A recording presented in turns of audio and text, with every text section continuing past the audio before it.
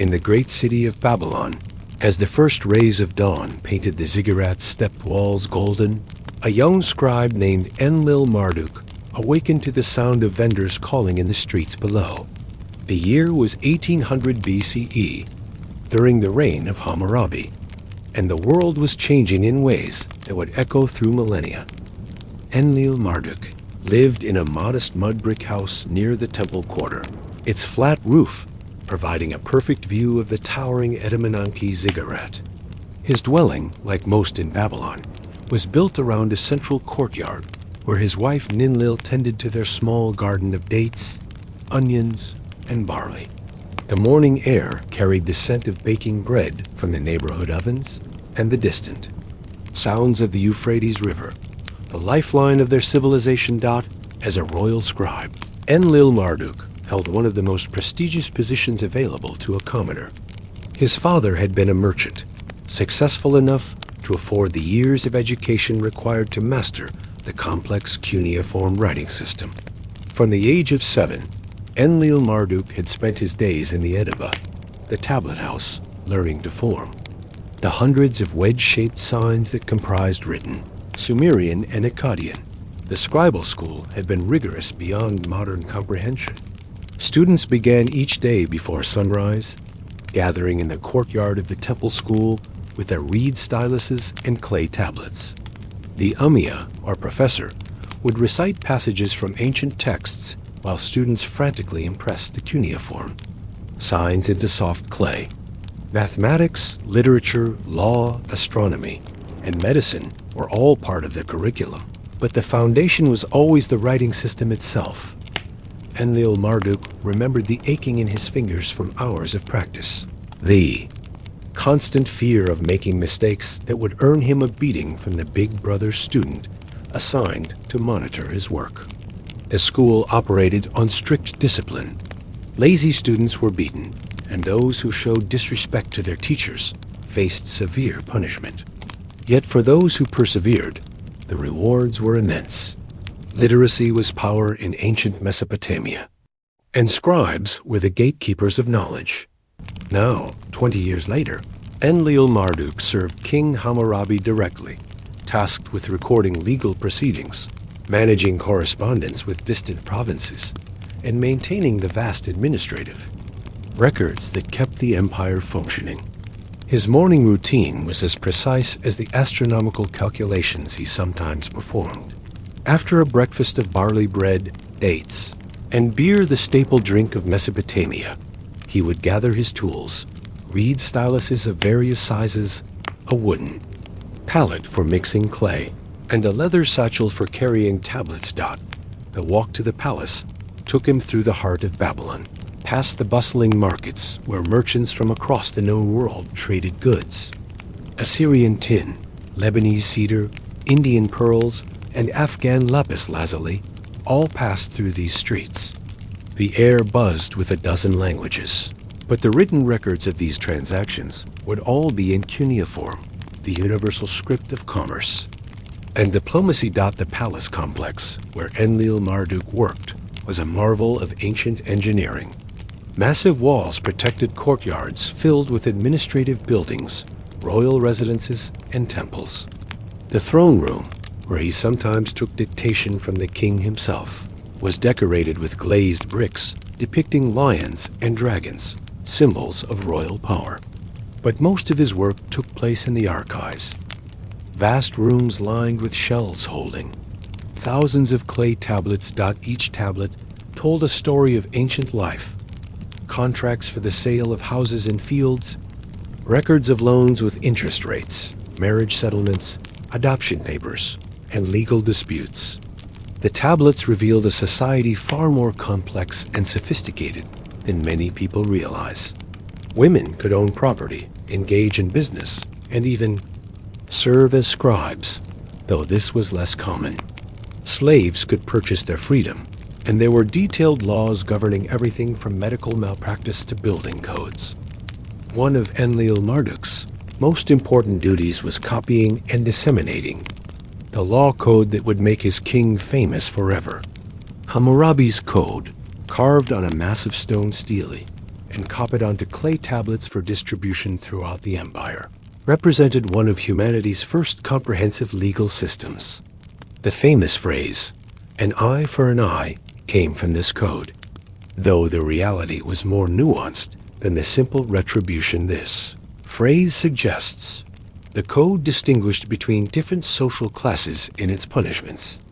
If a nobleman struck another nobleman, he would face the same punishment in return. But if a nobleman struck a commoner, he would pay a fine. If he struck a slave, the punishment was even less severe. This reflected the rigid social hierarchy of Babylonian society, where birth largely determined one's fate. As evening approached, Enlil-Marduk would carefully clean his styluses and arrange the day's completed tablets for drawing. The clay tablets would be left in the sun for several days before being stored in the archives. Some important documents would be fired in kilns to ensure their permanence, while others, intended for temporary use, would simply be recycled by softening the clay with water. The scribe's work was never truly finished. In addition to his official duties, Enlil-Marduk, like many of his colleagues, took on private commissions. Illiterate citizens would pay him to write contracts, letters to relatives in distant cities, or petitions to the gods. These side jobs provided extra income that allowed him to maintain a comfortable lifestyle and even employ a servant to help with household tasks. Religion permeated every aspect of Enlil-Marduk's life. He began each day with offerings to Nabu, the god of writing and wisdom, asking for steady hands and clear thoughts. The ziggurat that dominated Babylon's skyline was dedicated to Marduk, the city's patron god and namesake of the scribe himself. Religious festivals punctuated the calendar, and during these times, scribes played crucial roles in recording offerings, copying hymns, and maintaining the complex ritual texts that guided worship. The evening found Enlil-Marduk returning home. Through streets lit by oil lamps, past the sounds of taverns where beer flowed freely and musicians played on lyres and drums. His house, modest by royal standards but comfortable for a working professional, welcomed him with the aroma of his wife's cooking. Ninlao had prepared a meal of barley stew, roasted fish from the Euphrates, and fresh bread, accompanied by the ubiquitous beer that was safer to drink than water. After dinner, by the light of oil lamps, Enlil-Marduk might continue his work, copying literary texts for his personal collection, or teaching his young son the basics of cuneiform writing. The great epics of Mesopotamian literature, the adventures of Gilgamesh, the wisdom of ancient kings, the hymns to various gods, were preserved through the patient work of scribes like him. As the night deepened and the sounds of the city gradually quieted, Enlil-Marduk would climb to his rooftop to observe the stars. Mesopotamians were accomplished astronomers, and scribes were expected to understand the movements of celestial bodies. The night sky was their calendar and clock, guiding agricultural activities and religious festivals. Before sleep, he would say prayers to the household gods, small figurines that watched over his family's welfare. These gods, along with the great deities of the pantheon, were believed to influence every aspect of daily life, from health and prosperity to the success of his work as a scribe. This was the rhythm of life for Enlil-Marduk and thousands like him across Mesopotamia. They were the preservers of human knowledge, the recorders of history, and the administrators who made complex civilization possible. Without their patient work, impressing wedge-shaped marks into clay tablets, the achievements of ancient Mesopotamia would have been lost to time. Instead, their tablets, buried in ancient ruins, continue to tell us stories of humanity's first great civilizations, reminding us that the desire to record, to remember, and to pass knowledge to future generations is one of our species' most enduring and noble impulses. Part 2. The Temple's Shadow, Religious Life, and Sacred Mathematics. Great Temple of Marduk cast its shadow across the courtyard, where Enlil-Marduk knelt in morning prayer. the cool shade providing relief from the already warming sun. As a scribe in service to both king and god, his duties extended far beyond the royal palace into the sacred precincts of Babylon's most important religious sites. Today would be spent in the temple complex, recording offerings, copying hymns, and maintaining the mathematical calculations that governed religious festivals and agricultural cycles. The temple economy of ancient Mesopotamia was vast and complex, rivaling that of the royal palace in its scope and influence. Temples were not merely places of worship, but functioned as banks, landlords, workshops, and centers of learning. The god Marduk, through his earthly representatives, owned thousands of acres of fertile farmland, workshops that produced textiles, and metalwork, and herds of cattle and sheep that grazed in the marshlands along the Euphrates.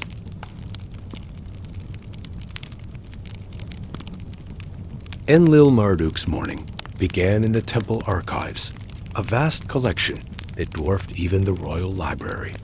Here, on countless clay tablets, were recorded the complex transactions that kept the temple functioning.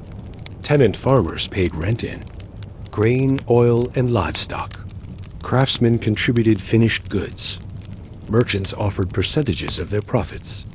All of this wealth flowed through the temple system, supporting not only the priests and temple staff, but also funding public works, providing for the poor, and maintaining the elaborate rituals that were believed to keep the gods favorable toward the city. The mathematical precision required for these calculations was staggering. Mesopotamians had developed sophisticated systems of accounting that tracked not only quantities but also quality, timing, and conditional agreements. They used a base 60 number system, elements of which we still use today in measuring time in angles. A shekel of silver might be worth 60 grains of barley, but the exchange rates fluctuated based on seasons, harvests, and religious festivals. Enlil-Marduk was particularly skilled in what we might call actuarial mathematics. He calculated the expected yields from temple lands, accounting for flood cycles, seasonal variations, and the need to leave fields fallow. He projected the costs of major festivals months in advance, ensuring that sufficient oil, grain, beer, and livestock would be available for the elaborate ceremonies that honored the gods. The festival of Akichu, celebrating the new year, required especially complex planning. This 11-day celebration involved processions through the city, elaborate theatrical presentations of creation myths, and sacrifices on a scale that fed thousands of participants. The logistics alone were staggering, organizing the craftsmen, who built ceremonial boats, coordinating with musicians and actors, ensuring that the royal regalia was properly maintained, and calculating the precise astronomical timing that determined when the festival would begin. Astronomy and mathematics intertwined in ways that seemed magical to outside observers, but represented sophisticated scientific observation to the scribes who maintained these systems. The Mesopotamians tracked movements of planets with remarkable precision, noting that Venus appeared as both a morning and evening star, following the lunar cycles that governed their calendar, and predicting eclipses with enough accuracy to prepare appropriate rituals. Enlil-Marduk spent part of each week on the temple's highest platform, one of several scribes responsible for maintaining astronomical records. With bronze instruments and careful observation, they tracked the rising and setting of specific stars, the changing positions of planets, and the subtle variations in the moon's appearance. These observations were recorded not out of idle curiosity, but because they directly affected religious and agricultural planning. The lunar calendar presented constant challenges. 12 lunar months fell short of the solar year by about 11 days, meaning that without correction, religious festivals would gradually drift through the seasons. The solution was to periodically add an extra month, but determining exactly when required sophisticated calculations and careful observation of both astronomical phenomena and agricultural cycles. Religious texts required different skills from Administrative records. The great epic of Gilgamesh, the creation story of Enuma Elish, and countless hymns and prayers had to be copied with absolute precision. A single error in a religious text could be seen as an insult to the gods, potentially bringing disaster upon the city. Enlil-Marduk approached these tasks with reverent care, often spending hours on a single tablet to ensure perfect accuracy. The hymns revealed the deep spirituality of Mesopotamian culture. Far from being primitive, these prayers showed sophisticated, theological thinking about the nature of divine power, human responsibility, and the relationship between earthly and heavenly realms. The gods were not distant figures, but active participants in daily life, requiring constant attention, appropriate offerings, and careful observance of ritual obligations. Marduk, Babylon's patron deity, was portrayed as a king among gods, wielding the power of storms and fertility. His annual renewal of power, celebrated during the Akitu festival, symbolically renewed the power of earthly kings and the fertility of the land itself. The rituals were simultaneously political and religious, reinforcing the divine sanction of royal authority while ensuring the gods' continued blessing on the community. Enlil-Marduk's wife Ninlil often assisted with temple duties. As women played important roles in Mesopotamian religious life, she helped prepare offering breads, wove textiles for priestly garments, and participated in women's religious societies that honored goddesses like Ishtar. These groups provided social support for their members while contributing to the temples. Economic and religious activities. The temple workshops hummed with activity throughout the day. Master craftsmen, working under temple patronage, created objects of extraordinary beauty and precision. Gold jewelry inlaid with precious stones, bronze weapons decorated with mythological scenes, and textiles dyed in brilliant colors all emerged from these workshops. The finished products served multiple purposes: adorning the gods' statues, providing gifts for diplomatic exchanges, and generating income through sales in the markets. Medical knowledge was also preserved and practiced within temple precincts. Priest-physicians maintained libraries of medical texts, recording treatments for various ailments, surgical procedures, and the proper rituals to accompany healing efforts. Disease was understood to have both natural and supernatural causes, requiring treatment of the body through medicines and of the spirit through prayers and offerings.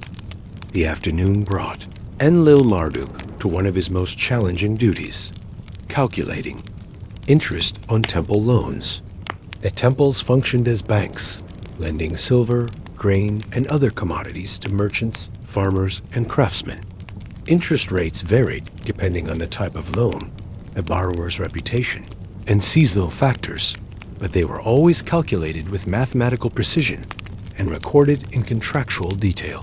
Typical loan might involve a merchant borrowing silver to finance a trading expedition, with the agreement to repay the principal plus 20% interest upon return. But the contracts included detailed provisions for various contingencies. What if the caravan was attacked by bandits? If war broke out along the trade routes? Or if the merchant died during the journey?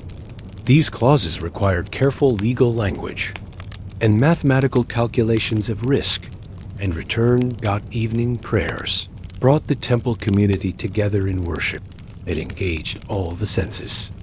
Incense burned on altars. Musicians played harps and drums, and voices joined in ancient hymns. The god's statue, dressed in fine garments and adorned with precious jewelry, was presented with elaborate meals and entertained with music and dance. These rituals were not seen as symbolic, but as actual service to the divine presence that inhabited the statue. The daily feeding of the gods required enormous resources. Marduk's meals included the finest bread, choice cuts of meat, honey, dates, and various types of beer and wine. After the god had symbolically consumed the food, it was distributed to the priests and temple staff, creating a complex system of religious welfare that supported hundreds of people. As night fell, Enlil-Marduk often remained in the temple for evening calculations. By lamplight, he worked on the complex mathematical problems that governed religious life, calculating the precise timing of festivals, projecting agricultural yields from temple lands, and maintaining the accounting systems that tracked the flow of wealth through the religious economy. The night sky above the ziggurat was brilliant with stars, unmarred by any artificial light except the oil lamps scattered throughout the city. Enlil-Marduk knew many of these stars by name and understood their significance in the religious and agricultural calendar. The constellation we call Orion was known as the true shepherd of heaven, and its appearance marked important agricultural seasons. Before leaving the temple, he would make personal offerings at the shrine of Nabu, god of writing and wisdom. A small amount of oil, a carefully written prayer, and a moment of quiet meditation ensured divine protection for his work and family. These personal devotions were as important as the grand public ceremonies, representing the individual's direct relationship with the divine powers that governed the universe. The walk home through empty streets gave Enlil-Marduk time to contemplate the day's work and the next day's challenges. The temple never slept entirely. Night shift priests maintained perpetual fires and continued the round-the-clock worship that honored the gods. Guards protected the valuable treasures stored in temple vaults, and scribes working by lamplight copied texts that would preserve humanity's growing understanding of mathematics, astronomy, medicine, and law. This intersection of religious devotion, mathematical precision, and administrative complexity characterized Mesopotamian civilization at its height. The temples were not separate from secular life, but integral to every aspect of society, from banking and agriculture to education and justice. Scribes like Enlil-Marduk stood at the center of this complex system, using their literacy and mathematical skills to maintain the records and calculations that made advanced civilization possible. Part 3. The Merchant's Journey, Trade Routes and International Diplomacy. The morning sun glinted off the Euphrates as Enlil-Marduk prepared for one of his most challenging assignments, accompanying a royal trade mission to the distant city of Kanesh in Anatolia. As the chief scribe for this expedition, he would document transactions, maintain correspondence with Babylon, and help negotiate treaties that would secure trade routes for years to come. The journey would take him across 1,000 miles of diverse landscapes, through kingdoms and city-states that represented the cosmopolitan world of the early 2nd millennium BCE. Preparation for such an expedition required months of planning. The merchant prince leading the mission, Shamash Nasser, had spent his family fortune assembling a caravan that would make Babylon proud. 60 donkeys carried carefully packed goods, fine textiles woven in Babylonian workshops, jewelry crafted from gold and precious stones, bronze weapons and tools, and sealed jars of the finest date wine. Each item had been selected not only for its value, but for its symbolic importance in establishing Babylon's reputation as a center of craftsmanship and culture. Enlil-Marduk's responsibilities began with the most fundamental task of international commerce, language. While Akkadian served as the diplomatic language throughout much of the ancient Near East, successful trade required familiarity with local tongues, customs, and legal systems.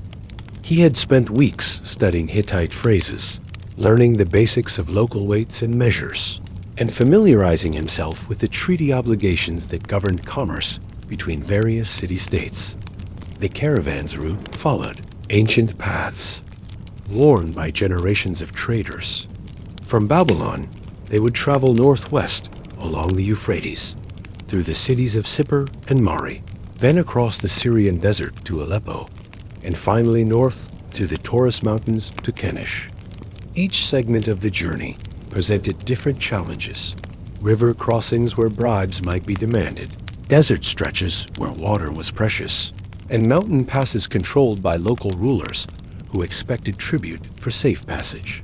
The first week's travel took them through familiar territory, past irrigation canals and fertile fields that testified to Mesopotamian engineering skill.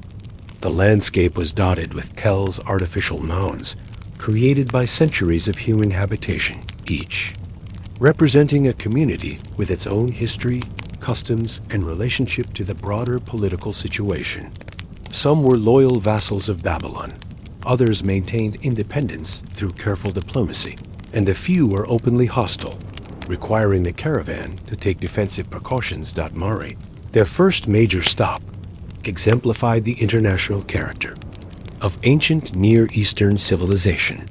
The city's palace, one of the largest in the world, housed not only the local king, but also ambassadors, merchants, and refugees from dozens of different cultures. The palace archives, which Enlil-Marduk was permitted to examine, contained correspondence in multiple languages and scripts: Akkadian cuneiform, Egyptian hieroglyphs, and the mysterious linear A script of distant Crete. The diplomatic protocols governing trade were as complex as any modern commercial law.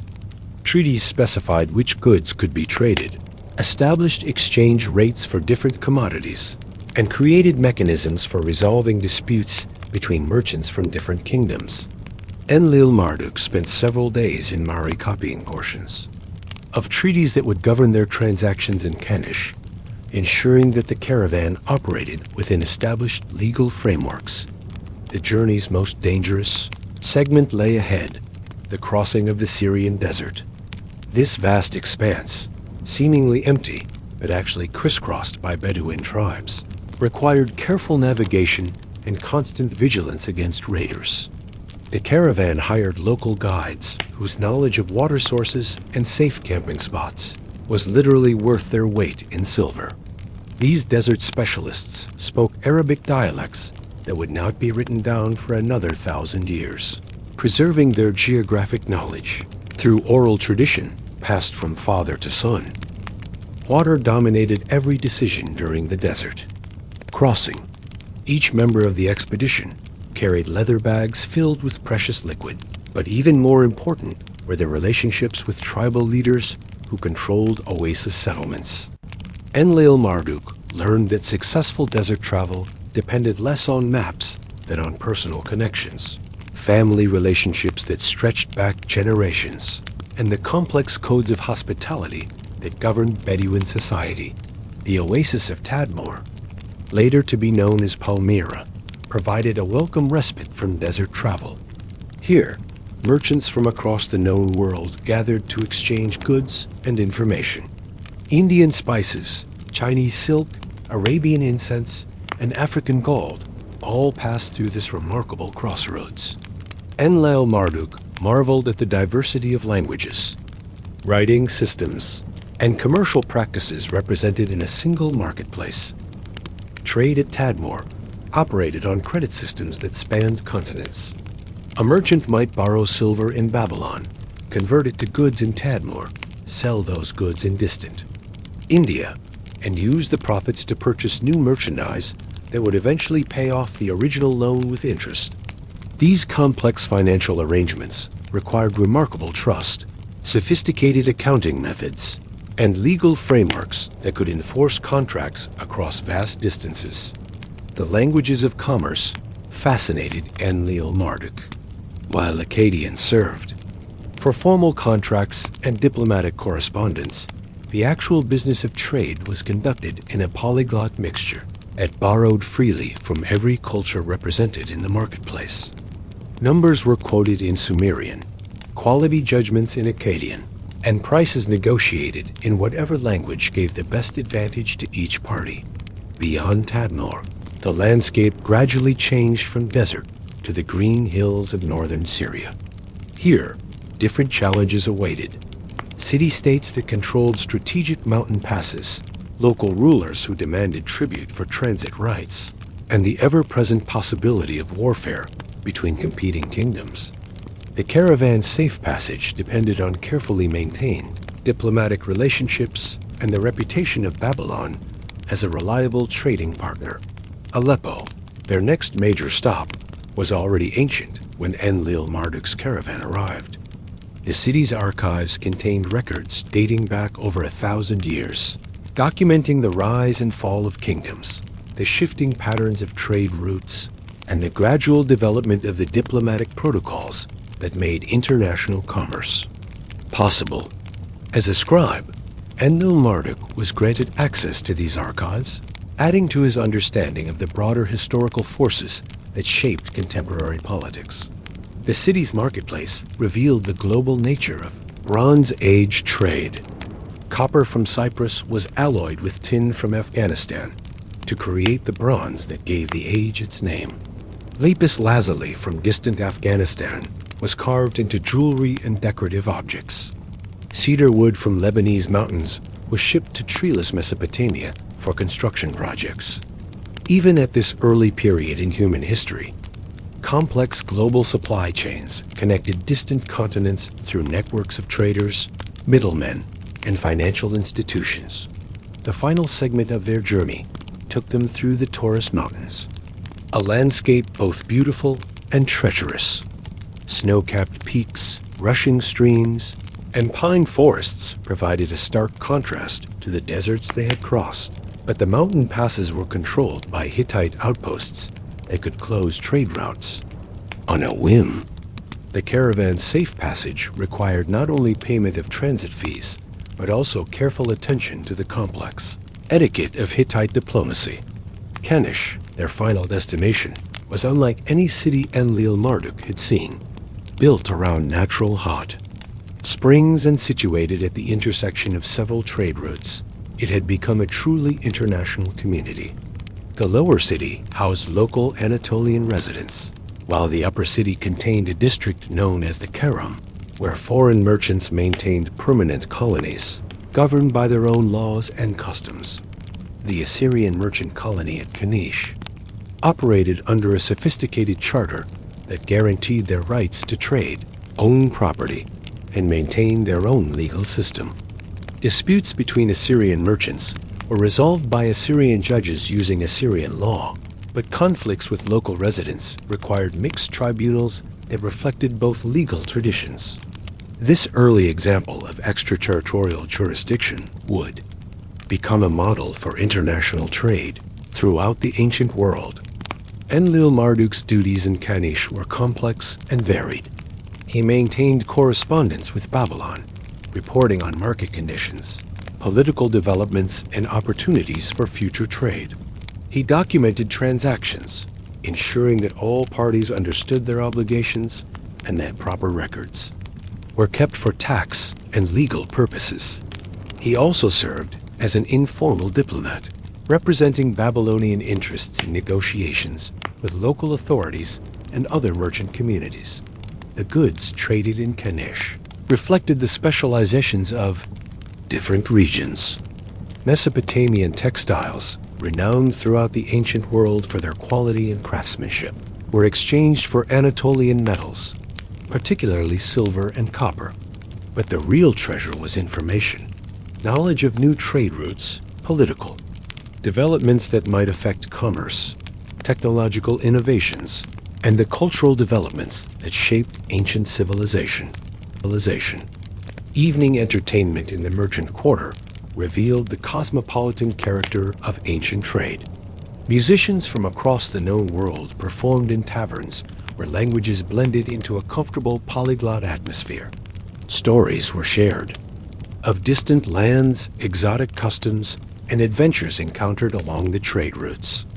These informal gatherings were as important as formal negotiations in building the personal relationships that made international commerce possible.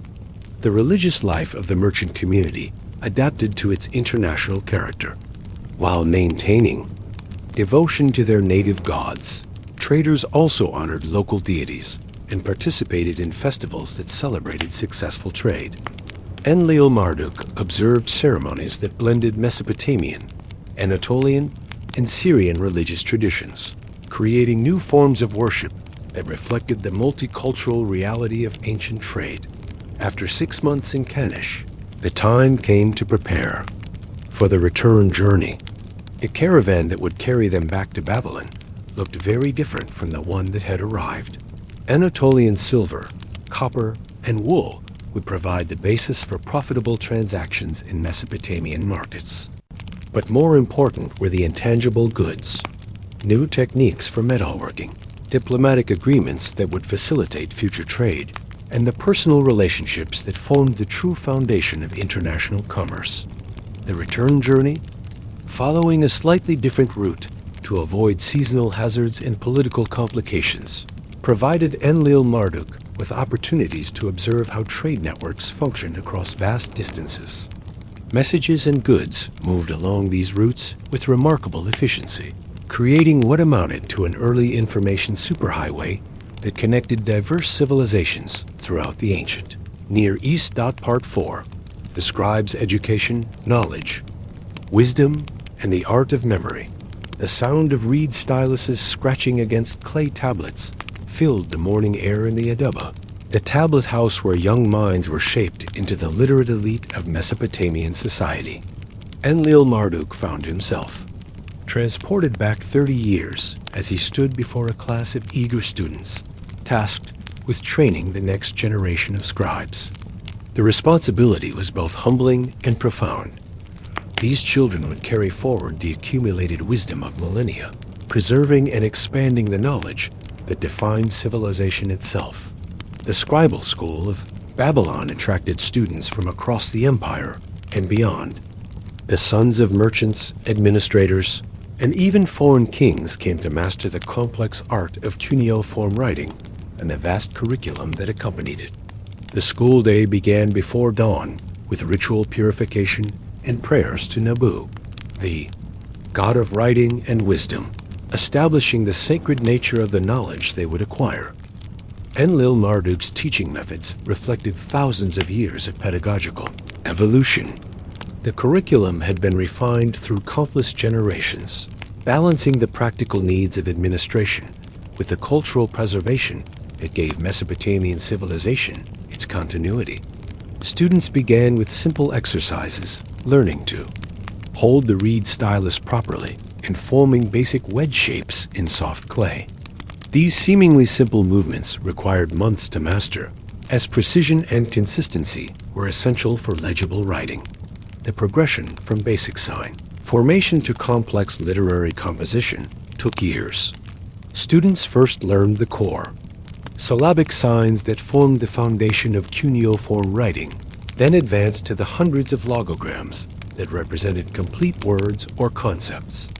The most advanced students mastered multiple languages and writing systems: Sumerian for religious and legal texts, Akkadian for administration and diplomacy, and sometimes Egyptian hieroglyphs or the alphabetic scripts used by Western neighbors.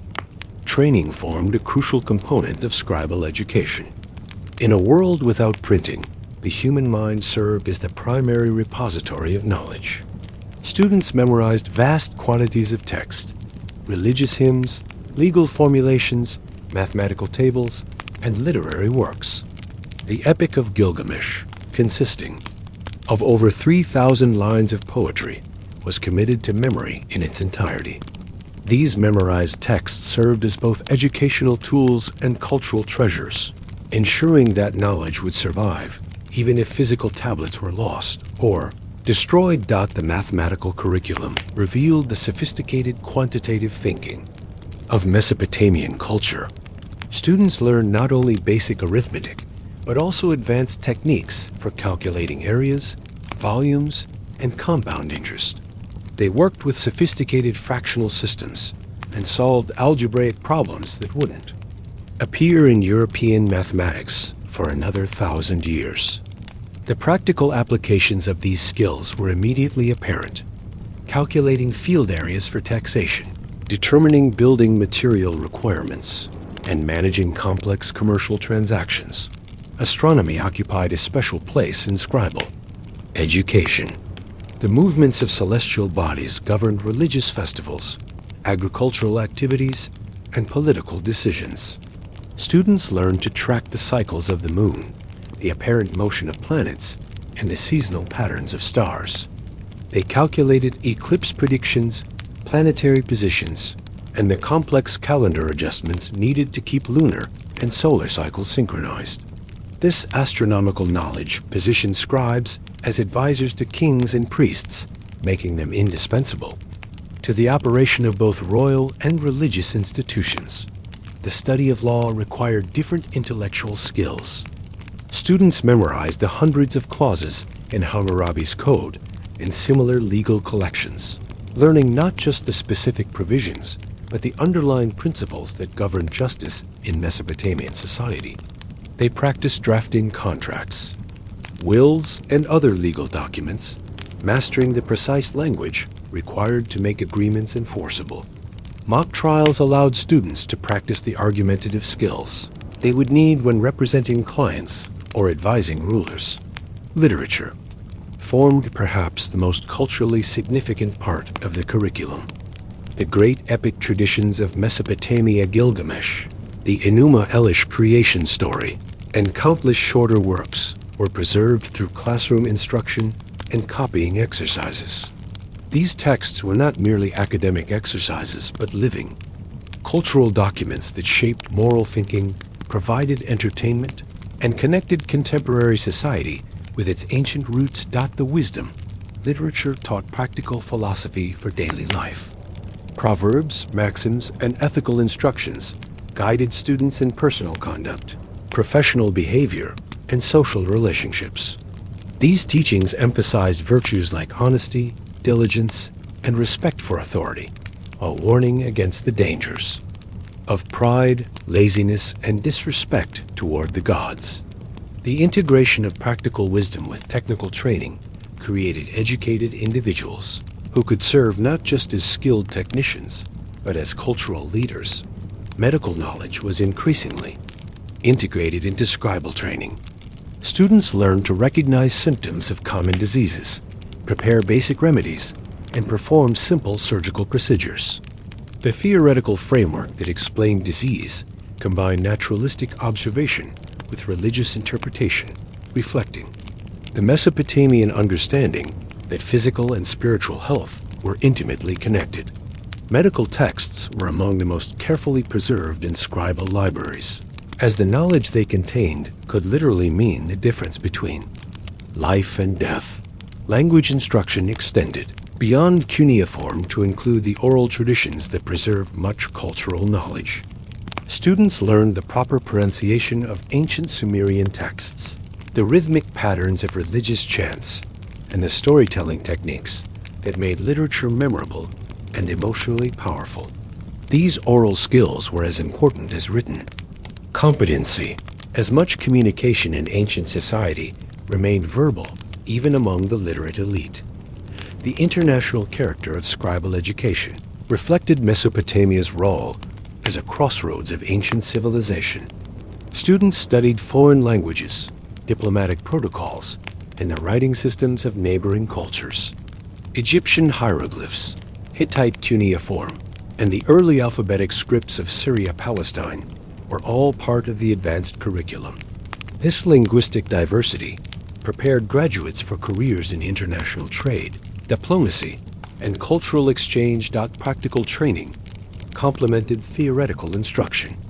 Students worked in the school's own archives, copying important texts, maintaining records, and assisting with the administrative work that kept the institution functioning.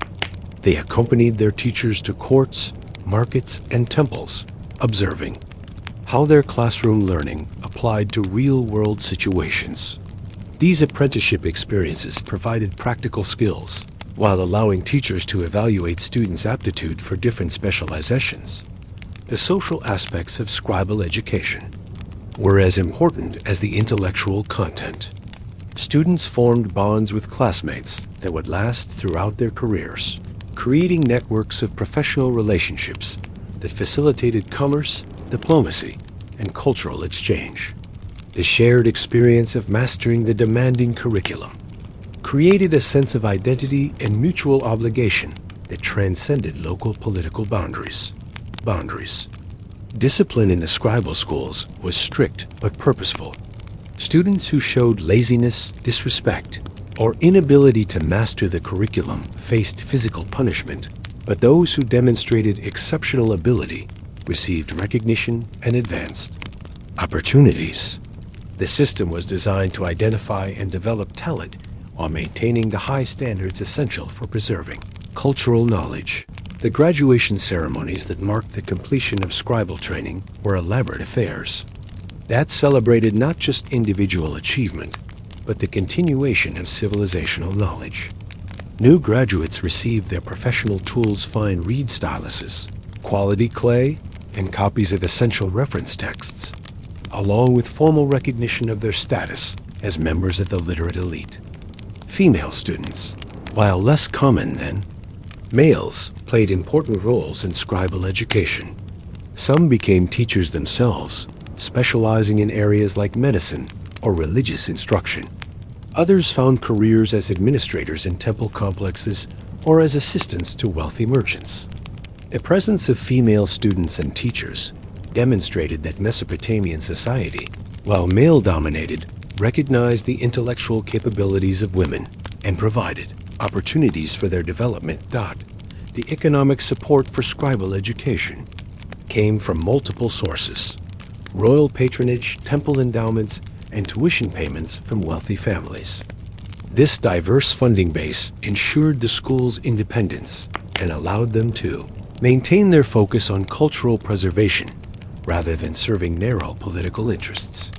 The investment society made in education reflected its recognition that literate, educated administrators were essential for maintaining complex civilization. Advanced students specialized in particular fields.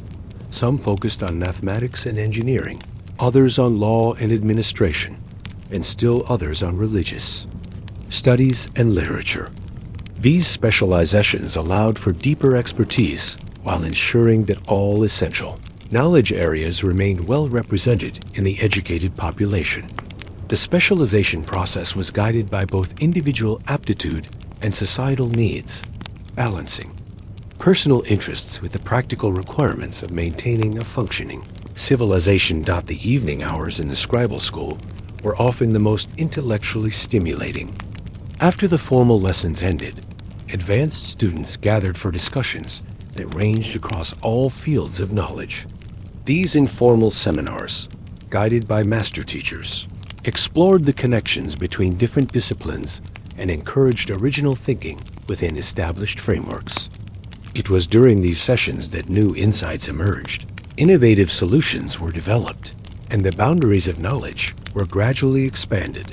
The preservation of knowledge extended beyond mere copying to include commentary, interpretation, and synthesis. Students learned not just to reproduce ancient texts, but to understand their meaning, explain their significance, and apply their wisdom to contemporary situations. This active engagement with traditional knowledge ensured its relevance, while maintaining respect for the accumulated wisdom of previous generations. As Enlil-Marduk watched his students progress from hesitant beginners to confident practitioners of the scribal arts, he reflected on the profound responsibility of education.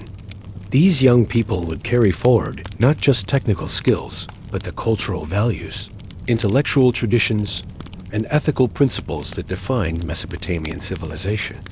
In their hands lay the future of human knowledge, the continuation of the long conversation between past and present that drove the advance of civilization.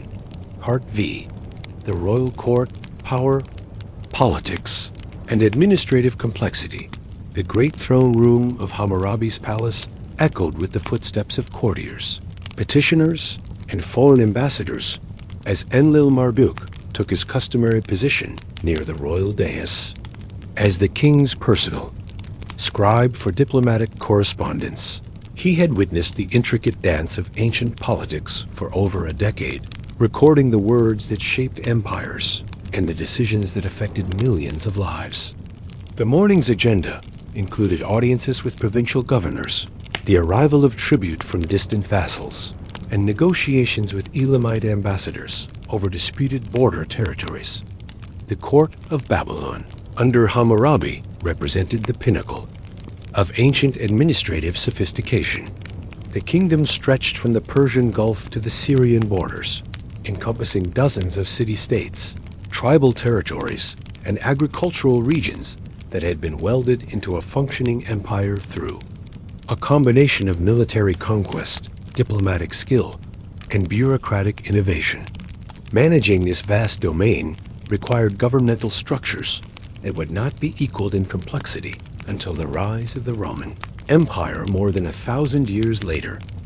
Enlil-Marduk's duties began each day with the king's morning briefing, a private session where Hammurabi reviewed overnight dispatches, considered pending legal cases, and planned his responses to the various crises that constantly threatened imperial stability. The king's memory was legendary. He could recall details of conversations held years earlier and remember the family relationships of minor officials in distant provinces. But even Hammurabi relied on the careful records maintained by his scribal staff to track the countless details of imperial administration. The complexity of ancient diplomacy required skills that went far beyond simple letter writing. Each foreign power had its own protocols, cultural sensitivities, and political pressures that influenced their diplomatic positions. A message to the Assyrian king required different language and tone than correspondence with Egyptian pharaohs or Hittite rulers. Enlil-Marduk had become expert in the subtle gradations of respect, the careful word choices that could either cement alliances, inadvertently cause offense. The morning's first audience involved the governor of Sippar, one of Babylon's most important provincial cities. The governor's report revealed the intricate challenges of local administration. Flooding along irrigation canals required emergency repairs. Disputes between pastoralists and farmers needed royal adjudication, and bandit activity along trade routes threatened commercial revenues. Each issue required careful consideration of local conditions, established precedents, and broader imperial policy. The tribute ceremony that followed demonstrated the empire's wealth and reach. Representatives from dozens of subject territories brought offerings that reflected their region's specialties: silver from Anatolian mines, cedar wood from Lebanese mountains, exotic animals from African trading partners, and precious stones from Indian merchants. These tributes served multiple purposes. They provided material support for the royal court, demonstrated the empire's prosperity to foreign observers, and reinforced the submission of provincial rulers. Enlil-Marduk's role in these ceremonies extended beyond mere recording. He helped evaluate the quality and quantity of tribute offerings, comparing them with previous year's contributions, and assessing whether vassal rulers were meeting their obligations. Shortfalls might indicate economic problems requiring imperial assistance, deliberate rebellion that demanded military response, or simple corruption that could be addressed through administrative channels. The legal cases brought before the king revealed the sophisticated jurisprudence that governed Mesopotamian society. Property disputes, commercial conflicts, and family disagreements all came before the royal court when local authorities could not resolve them satisfactorily. Hammurabi's famous law code provided general principles, but each case required careful consideration of specific circumstances, precedent decisions, and the broader social implications of royal judgments. One complex case involved a merchant who claimed that bandits had robbed his caravan, while his creditors suspected insurance fraud. The resolution required testimony from caravan guards, examination of physical evidence, and consideration of the merchant's previous business relationships. Enlil-Marduk documented not only the final judgment, but the reasoning behind it, creating precedents that would guide future decisions in similar cases. The afternoon brought meetings with foreign ambassadors, diplomatic encounters that could determine the fate of nations. The Elamite delegation sought to renegotiate border agreements that had been established after their previous war with Babylon. Their proposals involved complex territorial exchanges, trade concessions, and marriage alliances that would affect both kingdoms for generations. Every word spoken in these negotiations was carefully recorded, as the resulting treaties would be binding on future rulers. Diplomatic language required extraordinary precision. A single misunderstood phrase could lead to years of conflict, while skillful ambiguity might allow both sides to claim victory in domestic political contexts while achieving practical compromises. Enlil-Marduk had developed expertise in the euphemisms, circumlocutions, and coded language that allowed diplomats to communicate sensitive positions without causing unnecessary offense. The intelligence reports that crossed the king's desk revealed the extensive spy networks that ancient kingdoms maintained. Merchants, travelers, and even religious pilgrims served as sources of information about foreign military preparations, internal political conflicts, and economic conditions that might affect international relations. This intelligence gathering was essential for maintaining the kingdom's security and identifying opportunities for diplomatic or commercial advantage. Royal marriages represented one of the most important diplomatic tools available to ancient rulers. Hammurabi's own marriages had been carefully orchestrated to cement alliances with neighboring kingdoms, while his daughters' marriages extended Babylonian influence throughout the region. Enlil-Marduk maintained detailed records of royal genealogies, tracking relationships that might affect future diplomatic negotiations or succession disputes. The economic administration of the empire required constant attention to detail. Tax, collection, trade regulation, and monetary policy all demanded careful coordination between central authorities and provincial administrators. The king received regular reports on grain harvests, silver production, craft output, and commercial revenues that provided the foundation for government, planning, and military preparations. Military affairs occupied much of the court's attention, even during peacetime. The empire's security depended on maintaining professional armies, fortifying strategic positions, and developing the logistical systems that could support military campaigns in distant territories. Enlil-Marduk helped draft the orders that mobilized troops, allocated supplies, and coordinated with allied forces during times of crisis. The royal court served as a cultural center as well as an administrative headquarters. Poets, musicians, and scholars gathered under royal patronage, creating works that celebrated imperial achievements while preserving and extending human knowledge. Epic poems commemorating military victories, hymns honoring the gods who protected the kingdom, and scholarly treatises on mathematics, astronomy, and medicine all emerged from this creative environment. Religious obligations formed an essential part of royal administration. The king served as the god's earthly representative, responsible for maintaining the rituals and festivals that ensured divine favor for his realm. This religious role was not ceremonial, but carried real political significance, as the population's confidence in their ruler depended partly on their belief in his spiritual legitimacy. The evening hours often brought private audiences with trusted advisors, sessions where the king could speak freely about sensitive political matters. These conversations, while not officially recorded, were crucial for policy development and strategic planning. Enlil-Marduk's presence at these meetings, sworn to absolute secrecy, allowed him to understand the broader context of the decisions he helped implement. Palace intrigue was a constant reality in ancient courts. Rival factions among the nobility, ambitious provincial governors, and foreign agents seeking to influence royal policy all posed threats to political stability. The king's survival depended on his ability to balance competing interests, reward loyalty while deterring betrayal, and maintain the delicate equilibrium that kept the empire functioning. The succession question loomed over every royal court. While Hammurabi was still in his prime, the question of which son would inherit the throne influenced current political alignments and future planning. Each prince attracted his own faction of supporters, creating potential for civil war if succession disputes were not carefully managed. The resolution of these tensions required diplomatic skills as complex as any. International negotiation. The administrative records that Enlil-Marduk helped maintain provided the institutional memory that allowed the empire to function across generations of rulers.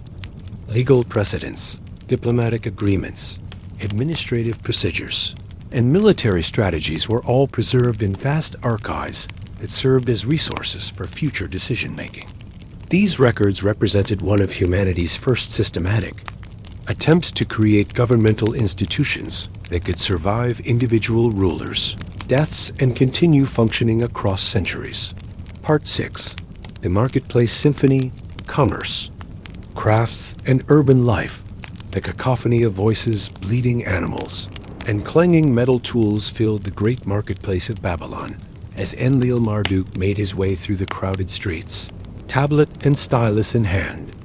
His morning duty was to record commercial transactions for tax purposes, but his trained eye absorbed far more: the ebb and flow of ancient urban life, the complex social interactions that made commerce possible, and the remarkable diversity of goods and peoples that made Babylon the economic heart of Mesopotamia.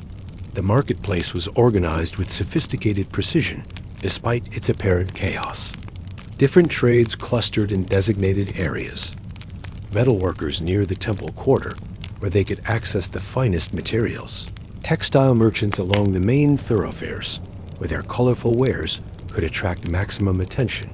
And food vendors near the residential districts, where daily customers lived. This organization reflected centuries of urban planning and commercial evolution. The dawn hours belonged to the fishermen and farmers, arriving from the countryside with fresh produce.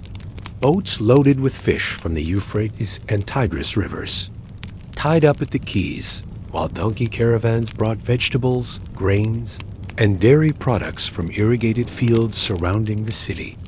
These producers sold directly to consumers and to the merchants, who would redistribute their goods throughout the urban population. Enlil-Marduk paused at a metalworker's stall, where a master craftsman was demonstrating the latest innovations in bronze working.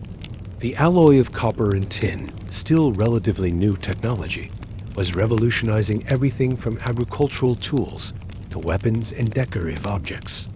The craftsman explained his techniques to potential customers, revealing trade secrets that had been closely guarded for generations.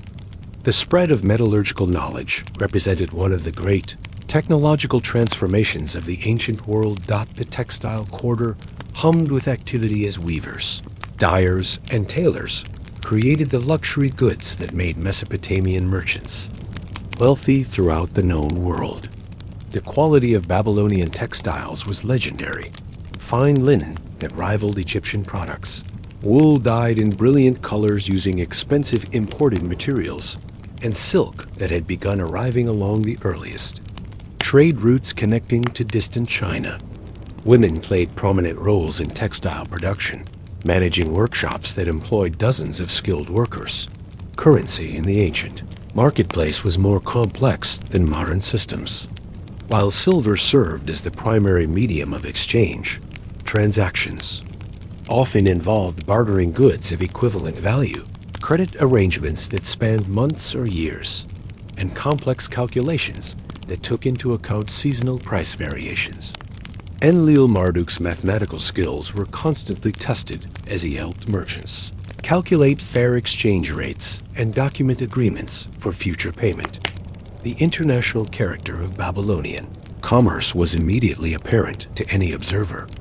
Indian merchants offered spices and precious stones. Egyptian traders brought gold and papyrus. Anatolian dealers specialized in metals and fine crafts, and Arabian representatives sold incense and exotic woods. Each group maintained its own quarter of the city, creating cultural enclaves that preserved distinct traditions while participating in the broader commercial community. The banking houses that lined the marketplace's main streets represented some of humanity's earliest financial institutions.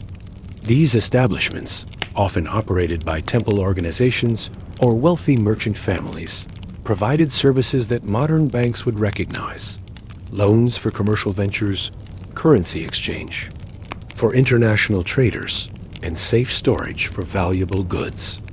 The mathematical sophistication required for these operations demanded highly trained scribes who could calculate compound interest, assess credit risks, and maintain accurate records across multiple currencies and accounting systems. Quality. Control in ancient markets relied on guild systems that regulated production standards, training requirements, and pricing practices. Master craftsmen supervised apprentices through years-long training programs, ensuring that traditional techniques were preserved while allowing for gradual innovation. Guild regulations protected consumers from fraud while maintaining their reputation. Of Babylonian goods in international markets, the food markets revealed the sophisticated agriculture that supported urban populations. Irrigation systems that had been developed over millennia allowed Mesopotamian farmers to produce surplus crops that fed not only rural populations, but also the craftsmen, merchants, administrators, and priests who lived in cities. Barley served as the staple grain, but markets also offered wheat, lentils, onions, dates, and a variety of other crops adapted to local growing conditions. Livestock markets operated on the city's outskirts, where cattle, sheep, goats, and donkeys were bought and sold for various purposes. Draft animals powered the transportation systems that brought goods from distant regions. Dairy animals provided protein for urban diets, and wool-producing sheep supplied the raw materials for textile production. The care and breeding of these animals represented a sophisticated understanding of genetics and nutrition that had been developed through centuries of experience. The spice trade offered a window into the global connections that characterized ancient commerce. Black pepper from India, cinnamon from distant islands, and frankincense from Arabian deserts all commanded premium prices in Mesopotamian markets. These exotic goods served not only as flavoring and perfume, but as medicines, religious offerings, and symbols of wealth and sophistication. Enlil-Marduk's afternoon was spent in the pottery quarter, where craftsmen created both utilitarian vessels for daily use and decorative objects that showcased artistic skill. The potter's wheel, a relatively recent innovation, allowed for faster production and more precise shaping than earlier hand-building techniques. Different clay sources produced pottery with distinct characteristics, and expert potters could identify the origin of vessels by their color, texture, and firing patterns. Jewelry workshops displayed the remarkable skill of ancient metalworkers and lapidaries. Gold from Nubia, silver from Anatolia, and precious stones from India and Afghanistan were crafted into ornaments that served both decorative and religious purposes. The techniques used granulation, filigree, and inlay work required years to master and produced objects of extraordinary beauty and complexity. Construction materials formed another major category of marketplace goods. Cedar wood imported from Lebanon, stone quarried from distant mountains, and specialized bricks for different building purposes all passed through commercial networks.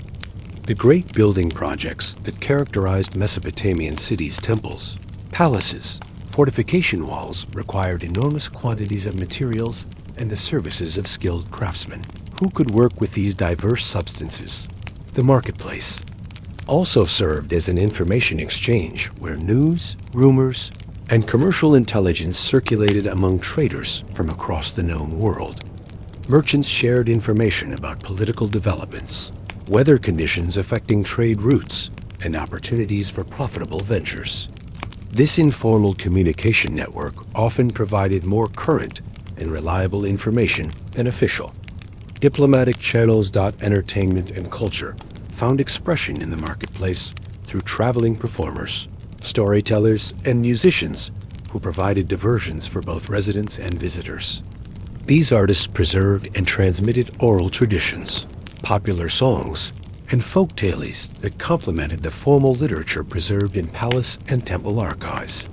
Their performances created shared cultural experiences that helped bind together The diverse populations of ancient cities dot the evening brought a different rhythm to marketplace activity. Many stalls closed as darkness fell, but taverns and eating houses remained open, providing gathering places where the day's business was discussed, deals were negotiated, and social relationships were maintained.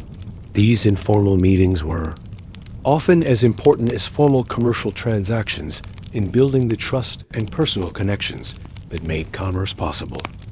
Women played more prominent roles in marketplace activities and in many other aspects of ancient society. Female merchants specialized in textiles, foods, and household goods, while others operated taverns and boarding houses that served traveling traders. Some women accumulated substantial wealth through commercial activities, achieving economic independence that was unusual in male-dominated societies. The seasonal rhythms of agriculture and trade created cyclical patterns in marketplace activity. Harvest seasons brought abundant food supplies and lower prices, while the arrival of trading caravans after dangerous journeys created excitement and opportunities for profitable exchanges.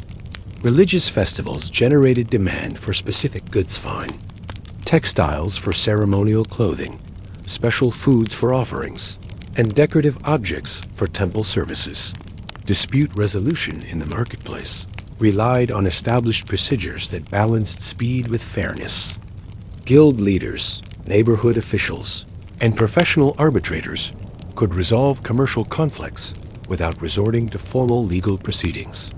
These systems recognized that maintaining ongoing commercial relationships was often more important than winning individual disputes.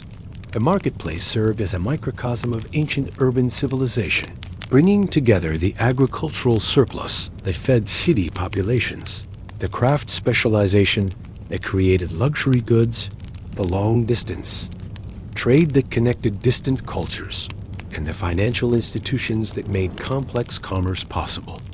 For scribes like Enlil-Marduk, it provided daily lessons in the economic forces that shaped human society and the administrative skills needed to document and regulate the transactions that sustained civilized life. Part 7. The Healing Arts. Medicine, magic, and the understanding of life.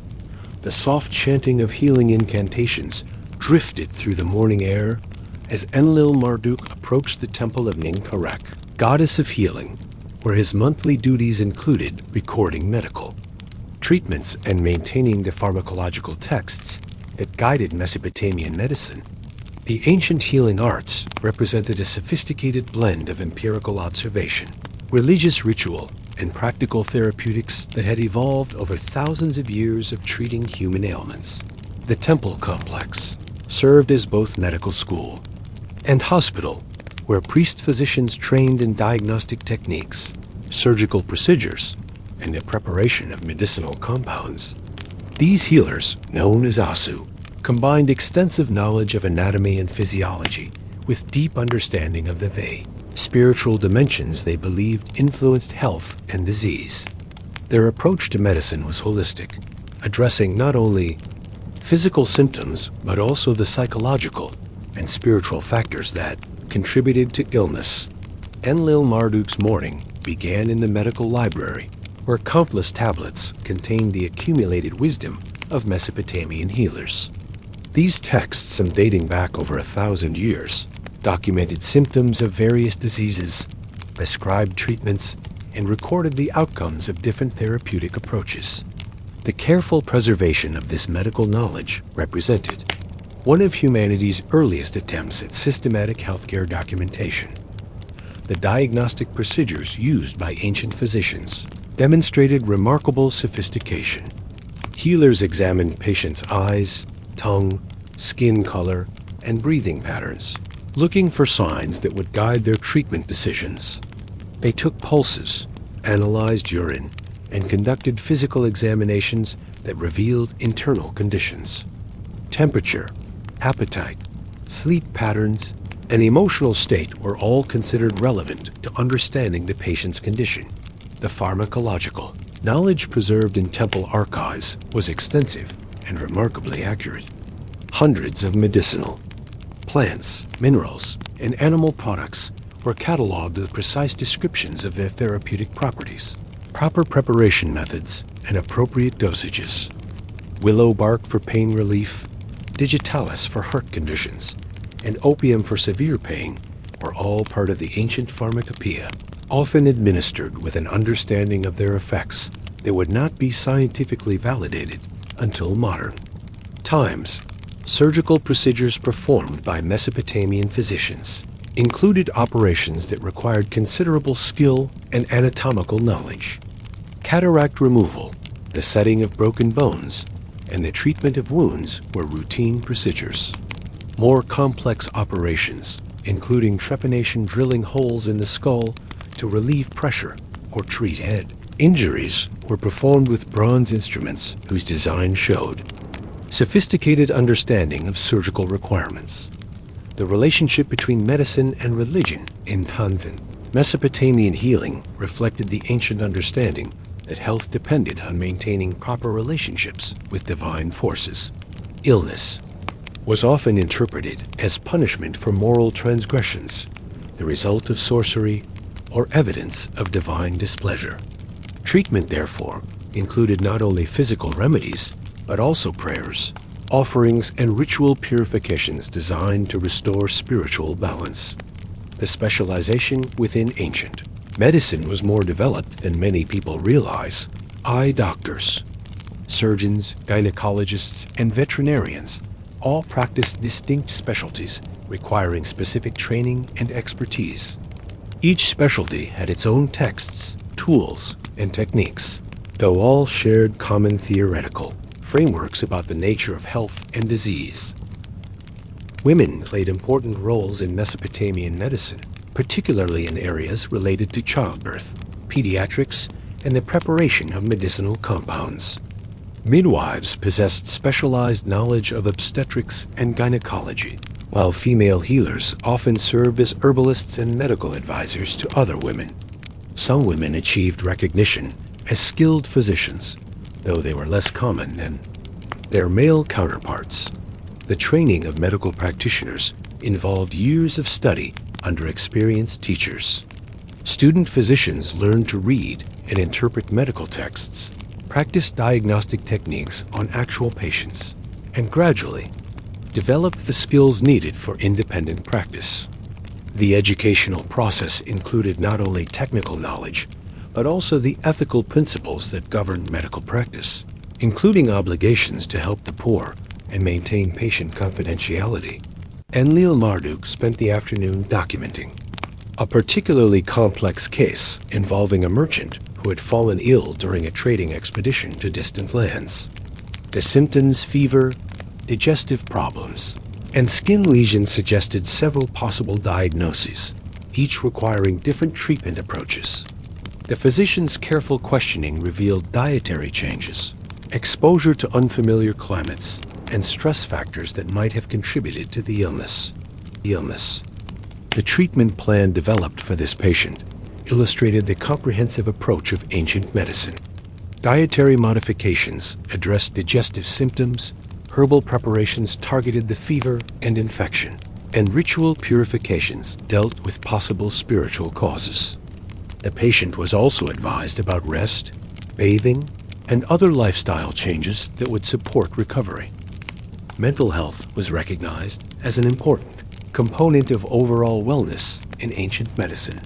Depression, anxiety, and what we might call post-traumatic stress were all described in medical texts, along with treatments that combined counseling, medication, and ritual interventions. The understanding of psychological factors in physical illness was surprisingly sophisticated for its time. The economic aspects of medical practice reflected the complex social structure of Mesopotamian society. Wealthy patients paid substantial fees for medical services, while temples provided free care for the poor. Physicians' incomes varied widely depending on their reputation, specialization, and clientele, but successful healers could achieve considerable wealth and social status. Medical ethics in ancient practice included principles that would be recognizable to modern practitioners. Physicians were expected to maintain patient confidentiality, provide competent care regardless of the patient's social status, and continue their education throughout their careers. The famous Code of Hammurabi included provisions governing medical malpractice, establishing legal standards for surgical procedures and their complications. The evening brought Enlil-Marduk to the preparation rooms where medicinal compounds were manufactured according to precise recipes preserved in the medical texts. The processes involved were often complex, requiring careful timing, specific temperatures, and exact proportions of ingredients. Many preparations involved fermentation, distillation, or other chemical processes that demonstrated sophisticated understanding of pharmaceutical principles. Veterinary medicine formed an important branch of ancient healing arts, as the health of livestock was crucial to agricultural and economic welfare. Animal diseases were carefully studied, and treatments were developed for common ailments affecting cattle, sheep, horses, and working animals. Some veterinary techniques were adapted for human use, while others remained specific to animal care. International exchange of medical knowledge was facilitated by the extensive trade networks that connected Mesopotamia with distant regions. Physicians traveled with diplomatic missions and trading expeditions, sharing knowledge and learning about medical practices in other cultures. This exchange enriched Mesopotamian medicine with techniques and remedies from across the ancient world. Public health measures in ancient cities included regulations governing waste disposal, water quality, and food safety. While not based on modern understanding of disease transmission, these policies were often effective in reducing the spread of infectious diseases. Temple authorities and city officials worked together to maintain sanitary conditions and respond to epidemic outbreaks. The preservation and transmission of medical knowledge represented one of the great intellectual achievements of ancient civilization. The careful copying and recopying of medical texts ensured that hard-won understanding of disease and treatment would survive across generations. This commitment to preserving and expanding medical knowledge laid foundations that would influence healing practices for thousands of years to come. Part 8. The Artisan's Workshop: Technology, Innovation, and Creative Expression. The rhythmic hammering of bronze against bronze echoed through the craftsman's quarter as Enlil-Marduk entered the workshop of Bel-Shazib, master metalworker and one of Babylon's most skilled artisans. His task today was to record the completion of a royal commission, an ornate ceremonial sword destined for presentation to a visiting Elamite prince. The weapon represented not only exceptional craftsmanship, but also the sophisticated metallurgical knowledge that had made Mesopotamian artifacts prized throughout the ancient world. The workshop itself was a marvel of ancient technology and organization. Multiple furnaces, each designed for specific types of metalwork, lined one wall. Clay crucibles, bronze tools, and wooden forms were arranged with the precision of a modern laboratory. Apprentices worked at assigned stations, each focused on particular aspects of the complex production process. The entire operation reflected centuries of technological refinement and accumulated expertise passed down through generations of master. Craftsman Bel-Shazib had been working on the ceremonial sword for 3 months, beginning with the careful selection and testing of raw materials. The bronze itself was an alloy whose composition had been perfected through decades of experimentation. Copper from Anatolian mines, combined with tin from distant sources, mixed in proportions that produced metal with the desired combination of hardness, flexibility, and resistance to corrosion. The forging process demonstrated the remarkable skill of ancient metalworkers, using hammers, tongs, and anvils that differed little from those used by blacksmiths thousands of years later. Bel-Shazib had shaped the blade through repeated heating and cooling cycles. Each step required precise judgment. Too much heat would weaken the metal, too little would make it impossible to work. The master's experience allowed him to gauge temperature by color, determine proper timing by sound, and assess quality through subtle tactile cues. The decorative work on the swords? Hilt and blade showcased artistic traditions that had evolved over millennia. Intricate patterns inlaid with gold and silver told stories from Mesopotamian mythology. The adventures of Gilgamesh, the triumph of Marduk over primordial chaos, and symbols representing divine protection for the weapon's bearer. These decorations were not merely ornamental, but carried deep cultural and religious significance. The techniques used for the inlay work required different skills from basic metalworking. Channels were carved into the bronze surface with specialized tools, and filled with gold wire or silver sheet that was hammered into place. The different metals had to be worked at different temperatures and required separate preparation processes. The final result was achieved through careful polishing and finishing that brought out the contrasting colors and textures of the various materials. Enlil-Marduk documented not only the completion of the sword, but also the materials consumed, time invested, and techniques employed.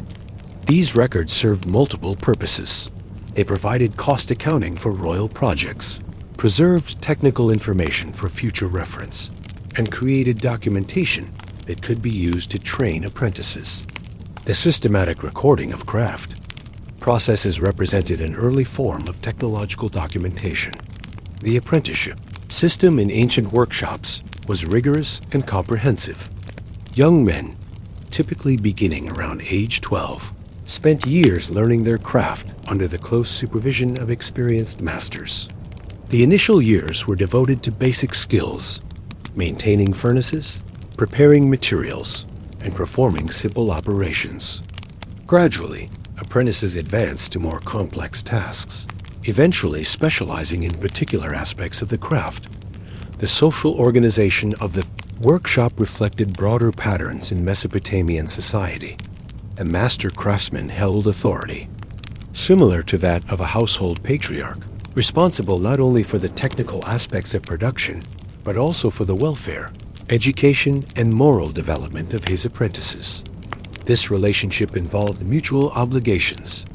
Masters provided training, housing, and support, while apprentices offered labor, loyalty, and eventual assistance in old age. The afternoon brought a visit from merchants interested in commissioning luxury goods for export markets. These traders specialized in high-value items that could justify the costs and risks of long-distance transportation. Jewelry, decorated weapons, fine metalwork, and other objects that showcased Mesopotamian craftsmanship. And negotiations involved complex discussions of design specifications, material choices, delivery schedules, and payment terms. Quality control in ancient workshops relied on the master's reputation and the guild standards that governed craft. Production. Defective work not only disappointed customers, but damaged the craftsman's standing in the community and his ability to secure future commissions. The guild system provided mechanisms for resolving disputes, maintaining standards, and protecting both producers and consumers from fraud or incompetence.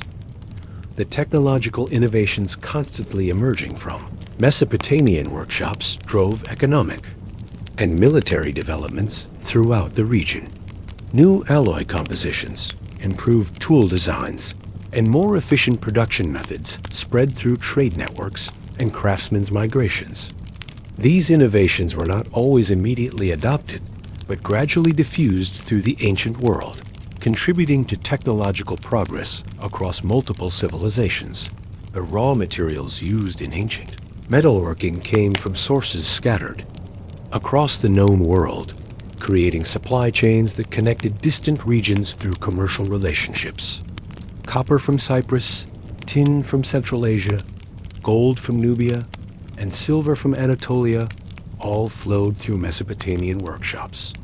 The interruption of any of these supply lines could significantly impact production and force craftsmen to seek alternative sources or modify their techniques.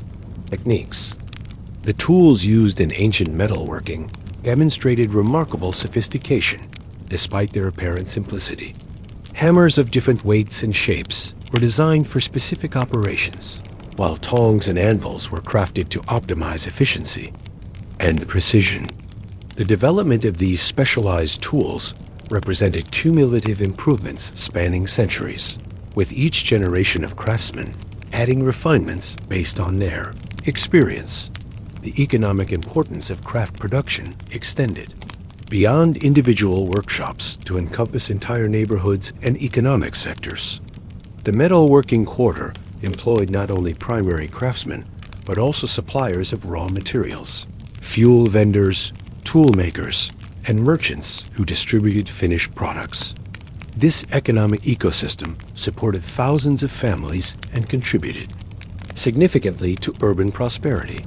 The evening hours in the workshop were often devoted to experimental work and training activities. Master craftsmen used this time to test new techniques, train advanced apprentices in specialized skills, and work on personal projects that might lead to innovations or artistic breakthroughs. These activities, while not directly profitable, were essential for maintaining competitive advantage and developing the next generation of skilled workers.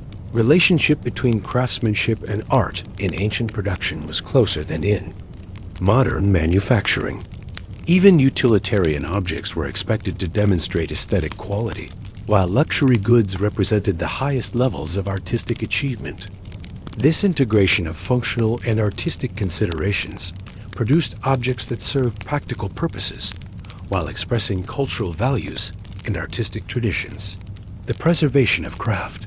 Knowledge relied primarily on the master-apprentice relationship and the guild traditions that maintained technical standards. While some information was recorded in written form, much crucial knowledge was transmitted through hands-on training and oral tradition. This system was effective in preserving traditional techniques, but also allowed for gradual innovation and adaptation to changing circumstances. The international reputation of Mesopotamian craftsmanship opened opportunities for skilled artisans to work in foreign courts or establish workshops in distant cities.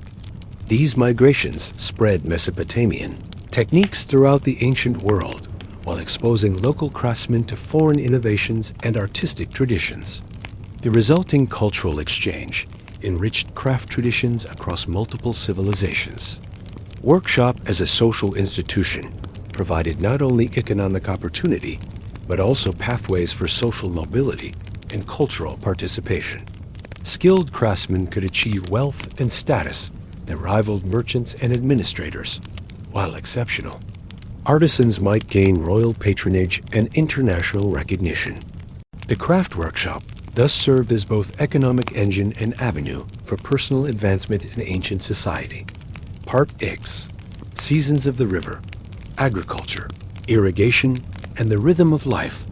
The first light of dawn illuminated the vast network of irrigation canals that stretched across the Mesopotamian plain like silver threads in a great tapestry, carrying the life-giving waters of the Euphrates and Tigris to fields of barley, wheat, and date palms. Enlil-Marduk stood on the dike overlooking the main canal, tablet in hand, preparing to record the spring allocation of water rights that would determine the prosperity of thousands of farming families throughout the coming growing season. The irrigation system that supported Mesopotamian civilization represented one of humanity's greatest technological achievements, a complex network of canals, reservoirs, and control structures that had been developed and refined over thousands of years. The seasonal flooding of the rivers provided the water, but human engineering and administration transformed this natural phenomenon into the foundation for urban civilization, surplus food production, and the specialization of labor that made complex society possible. The water allocation ceremony that Enlil-Marduk was documenting involved representatives from dozens of farming communities, each seeking to secure adequate water supplies for their crops. The negotiations were complex, taking into account traditional usage rights, seasonal variations in river flow, the requirements of different crops, and the political relationships between various communities. Senior administrators, known as water bailiffs, managed these allocations with mathematical precision and diplomatic skill. The agricultural calendar that governed rural life was intimately connected to the astronomical observations maintained by temple scribes. The timing of planting, irrigation, and harvest depended on careful coordination between the natural cycles of river flooding, seasonal temperature changes, and the requirements of different crops. Enlil Marduk's records included not only water allocations, but also weather observations, crop predictions, and the scheduling of communal agricultural activities. The engineering principles underlying Mesopotamian irrigation demonstrated sophisticated understanding of hydraulics, topography, and agricultural science. Canals were graded to maintain optimal flow rates, avoiding both erosion from excessive velocity and siltation from insufficient current. Weirs, gates, and distribution channels allowed for precise control of water flow, directing it to specific fields at the optimal times.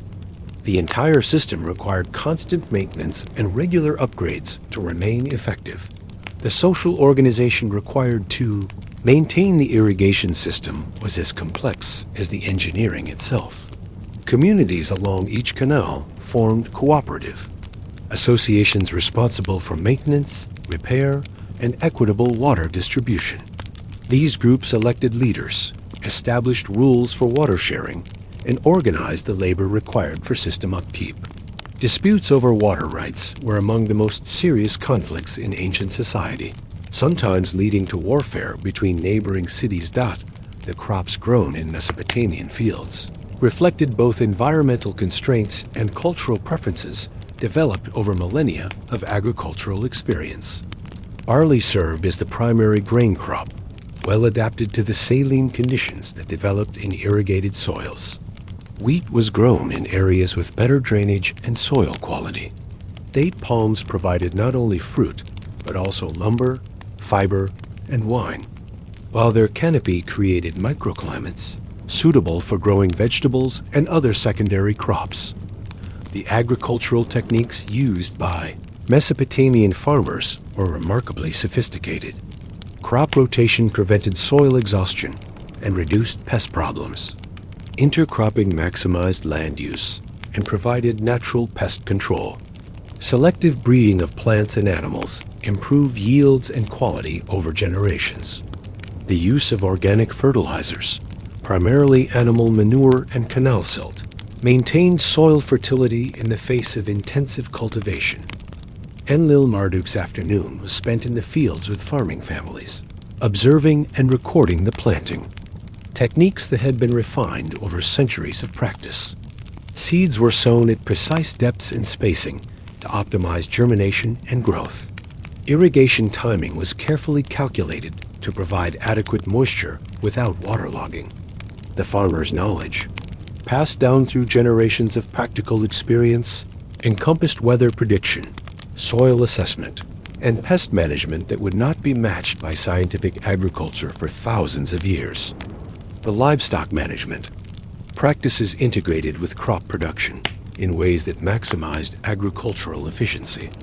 Cattle and water buffalo provided draft power for plowing and threshing, while their manure enriched the soil. Sheep and goats grazed on crop residues and marginal lands, converting vegetation unsuitable for human consumption into meat, milk, and fiber. Pigs were raised on agricultural waste and household scraps, providing protein while serving as efficient recyclers of organic matter. The seasonal rhythm of agricultural work shaped the entire social calendar of Mesopotamian communities. Spring brought the intensive labor of planting and canal maintenance, requiring coordination among hundreds of farming families. Summer demanded constant attention to irrigation and crop protection, with farmers working from dawn to dusk to ensure adequate water and control of pests. Autumn harvest was a community celebration as well as economic necessity, with festivals marking the successful completion of another agricultural cycle. The storage and preservation of agricultural surplus represented critical challenges in ancient farming communities. Granaries built of mud brick and sealed with bitumen-protected grain from moisture, rodents, and theft. The design of these storage facilities incorporated ventilation systems that prevented spoilage while maintaining security. The mathematics of storage, calculating volumes, predicting consumption needs, and managing distribution required sophisticated planning and record keeping. Agricultural risk management in ancient Mesopotamia involved strategies that modern farmers would recognize. Diversification of crops reduced the likelihood that total failure would occur in any single season. Geographic distribution of fields minimized the impact of localized flooding or drought. Storage of surplus grain provided insurance against poor harvests. These risk management strategies were supplemented by religious practices, including offerings to agricultural deities and rituals designed to ensure favorable weather. The relationship between urban centers and agricultural hinterlands was symbiotic and complex.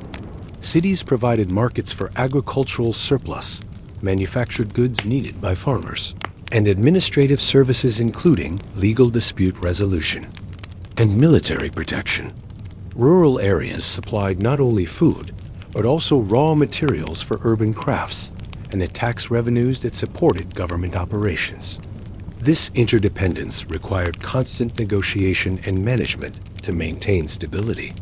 Labor requirements of intensive agriculture shaped family structures and social relationships throughout Mesopotamian society. Extended families worked together during critical periods like planting and harvest, while specialized tasks were often divided along gender and age lines. Children learned agricultural skills from early ages, while elderly family members contributed knowledge and light labor. The agricultural calendar influenced everything from marriage timing to religious festivals. The environmental challenges facing Mesopotamian agriculture were significant and required constant adaptation. Soil salinization, caused by intensive irrigation in arid climates, gradually reduced crop yields unless carefully managed through drainage and fallow periods. River course changes, sometimes caused by upstream engineering projects, could strand entire agricultural regions.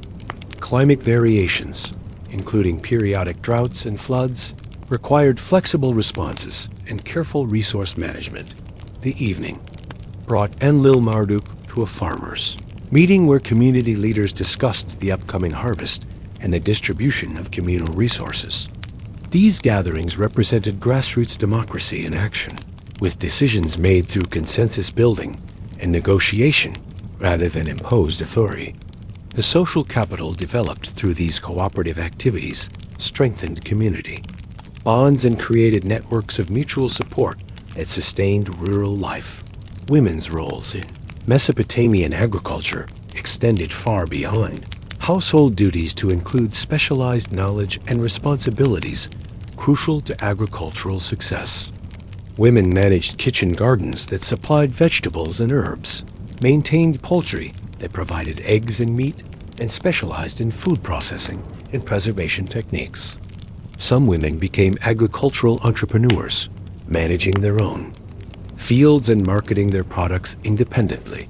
The technological innovations that emerged from agricultural practice included improvements in tools, techniques, and crop varieties that spread throughout the ancient world. The seed plow, which planted seeds at optimal depths while creating furrows, increased planting efficiency and crop yields.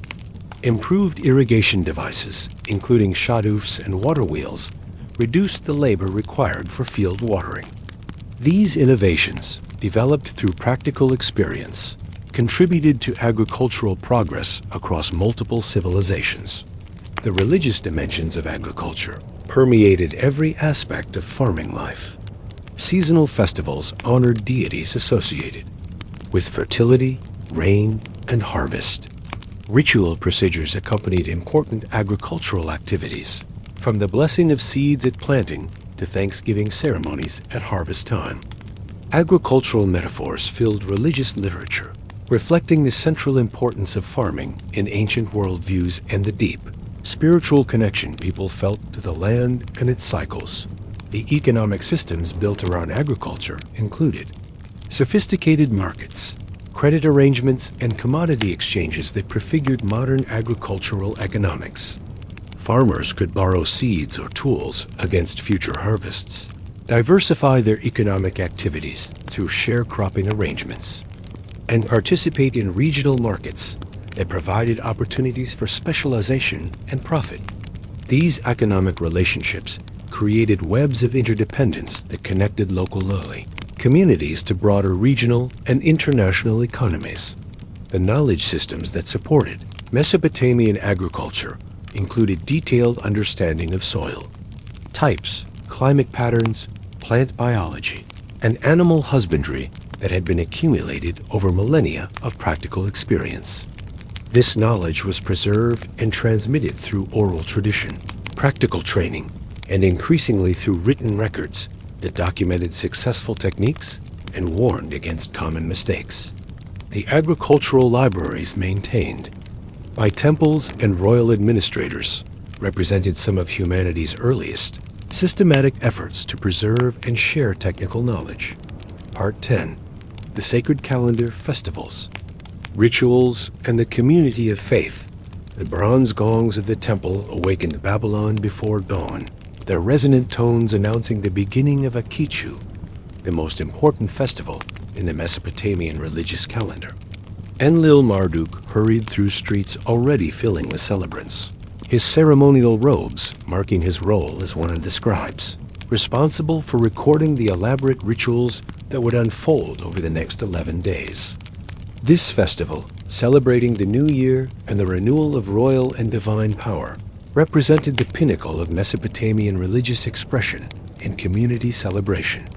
The Akitu festival was far more than a religious observance. It was a complex, theatrical production that involved the entire city in a dramatic reenactment of creation myths, the triumph of order over chaos, and the renewal of the covenant between gods, king, and people. Every aspect of the celebration had been planned for months, involving thousands of participants in carefully choreographed ceremonies that transformed ordinary, urban space into sacred theater. The festival began in the Esagila temple, where the statue of Marduk underwent ritual purification and renewal.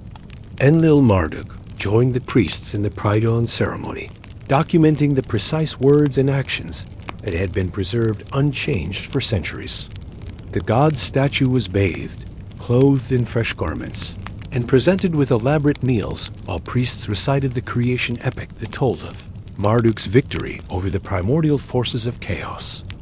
The theological significance of these rituals reflected sophisticated religious thinking about the nature of divine power and cosmic order.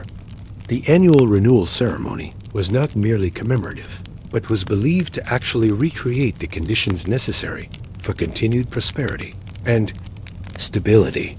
The proper performance of rituals maintained the cosmic balance, ensured the fertility of fields and flocks, and renewed the divine mandate that legitimized royal authority.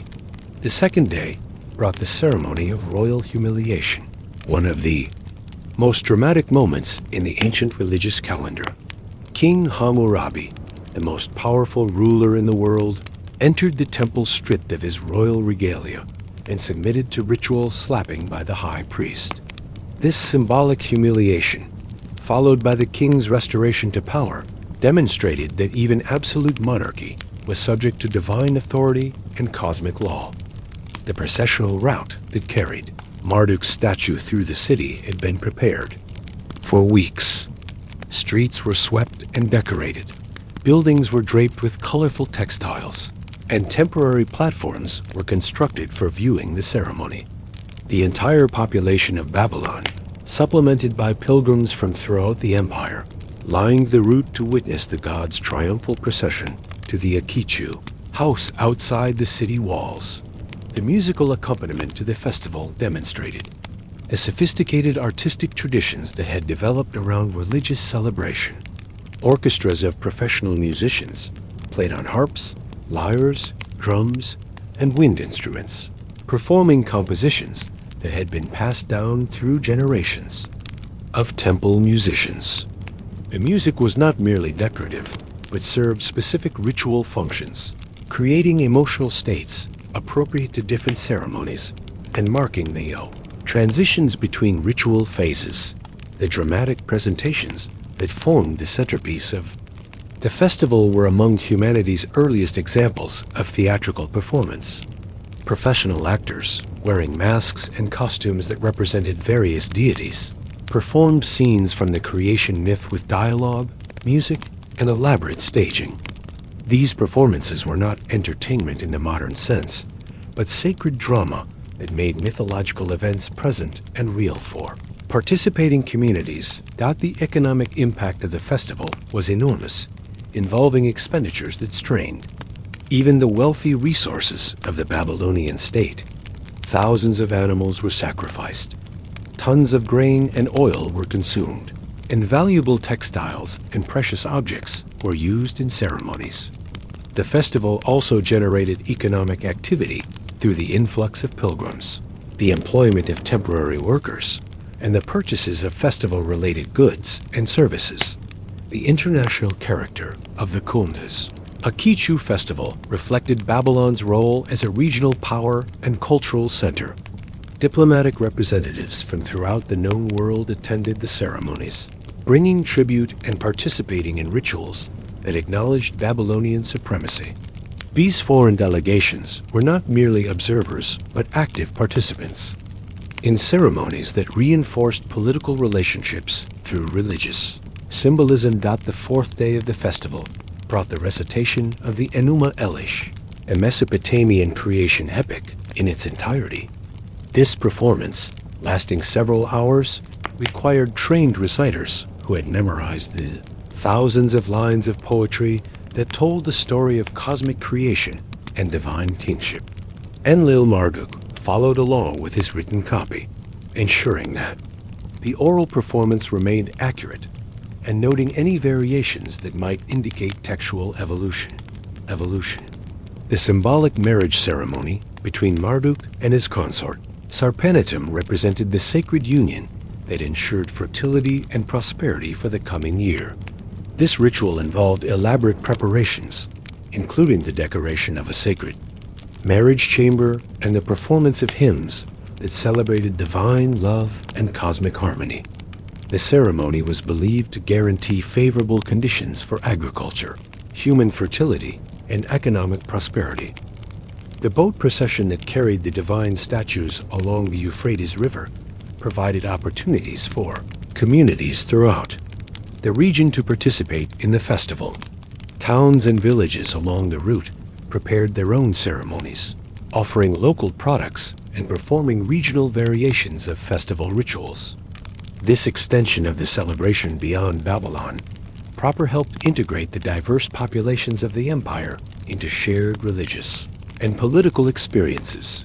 The seventh day brought the climactic ceremony of divine judgment, where Marduk symbolically defeated the forces of chaos and renewed cosmic order for another year.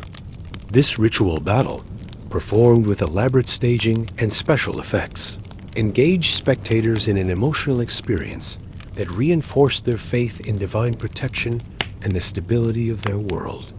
The victory celebration that followed involved the entire city in joyous demonstrations of relief and thanksgiving. The legal and administrative aspects of the festival included the promulgation of new laws, the resolution of major legal disputes, and the announcement of royal edicts for the coming year. The king's renewed divine mandate was marked by policy declarations that often included tax reductions, debt forgiveness, and other measures designed to demonstrate royal benevolence and divine favor. The educational functions of the festival were as important as its religious and political purposes. Children learned mythology, history, and religious traditions through participation in ceremonies and observation of ritual performances. Adults renewed their understanding of theological concepts and cultural values through repeated exposure to sacred narratives and symbolic actions. The festival's conclusion on the 11th day involved ceremonies that sent the divine statues back to their temples and restored normal patterns of urban life. The transition from sacred time to ordinary time was carefully managed through rituals that preserved the benefits of divine renewal while allowing for the resumption of everyday activities. The social integration achieved through festival participation helped maintain unity in a diverse urban population that included people from many different ethnic, linguistic, and cultural backgrounds. Shared religious experiences created bonds of community that transcended local loyalties and contributed to the stability of the imperial system. The psychological functions of the Akitu festival provided emotional release, spiritual renewal, and collective meaning that helped individuals cope with the uncertainties and hardships of ancient life. The dramatic reenactment of cosmic victory over chaos offered hope and reassurance, while the community celebration provided social support and shared joy. The documentation that scribes like Enlil-Marduk maintained during these festivals served multiple purposes: preserving ritual accuracy for future celebrations, providing legal records of royal proclamations and religious observances, and creating historical archives that connected contemporary communities with their cultural heritage. These records would survive for thousands of years, providing modern scholars with detailed knowledge of ancient religious practices and beliefs. The festival cycle that included Akitu and other major celebrations structured the entire year around. Religious observances that integrated agricultural, political, and social activities into a coherent pattern of community life. This sacred calendar provided rhythm and meaning to ancient existence, connecting human activities with cosmic cycles and divine purposes in ways that gave depth and significance to daily life. 11. Twilight of the Scribe, Legacy, Memory, and the Persistence of Knowledge. The oil lamp flickered in Enlil-Marduk's study as he carefully arranged the clay tablets that represented a lifetime's work, each one a thread in the vast tapestry of human knowledge that Mesopotamian scribes had been weaving for over 3,000 years. At 67, his hands were no longer as steady as they once were, but his mind remained sharp, and his sense of responsibility to preserve and transmit the cultural inheritance of his civilization had never been stronger. The evening's work involved copying portions of the Epic of Gilgamesh onto fresh tablets, ensuring that this greatest masterpiece of ancient literature would survive for future generations. The poem, with its profound meditations on friendship, mortality, and the meaning of human existence, had evolved over centuries of oral and written transmission. Enlil-Marduk's version incorporated the latest scholarly interpretations while maintaining fidelity to the traditional narrative that had spoken to human hearts. Across millennia, the library that Enlil-Marduk had assembled in his home represented a microcosm of Mesopotamian intellectual achievement. Legal codes and contracts documented the development of justice and social organization. Mathematical texts revealed sophisticated understanding of geometry, algebra, and astronomy. Medical treatises preserved hard-won knowledge about healing and the human body. Historical chronicles recorded the rise and fall of kingdoms, the deeds of great rulers, and the lessons of political experience. The process of copying texts was never merely mechanical reproduction. Each scribe brought his own understanding and interpretation to the materials he preserved, making subtle choices about language, organization, and emphasis that influenced how future readers would understand these works. This creative dimension of textual transmission ensured that ancient literature remained vital and relevant rather than becoming fossilized artifacts of a dead past. The international correspondence that filled several baskets in Enlil-Marduk's archive reflected the cosmopolitan world of the ancient Near East. Letters from Egyptian scribes, Hittite administrators, and Assyrian merchants revealed shared professional interests and mutual respect that transcended political boundaries. These documents testified to an international community of literate professionals who maintained cultural and intellectual Connections despite the conflicts that periodically divided their nations. The training of apprentices had become one of Enlil-Marduk's most important responsibilities in his later years. 3 young men, sons of merchants and minor officials, came to his house each evening to learn the scribal arts under his guidance.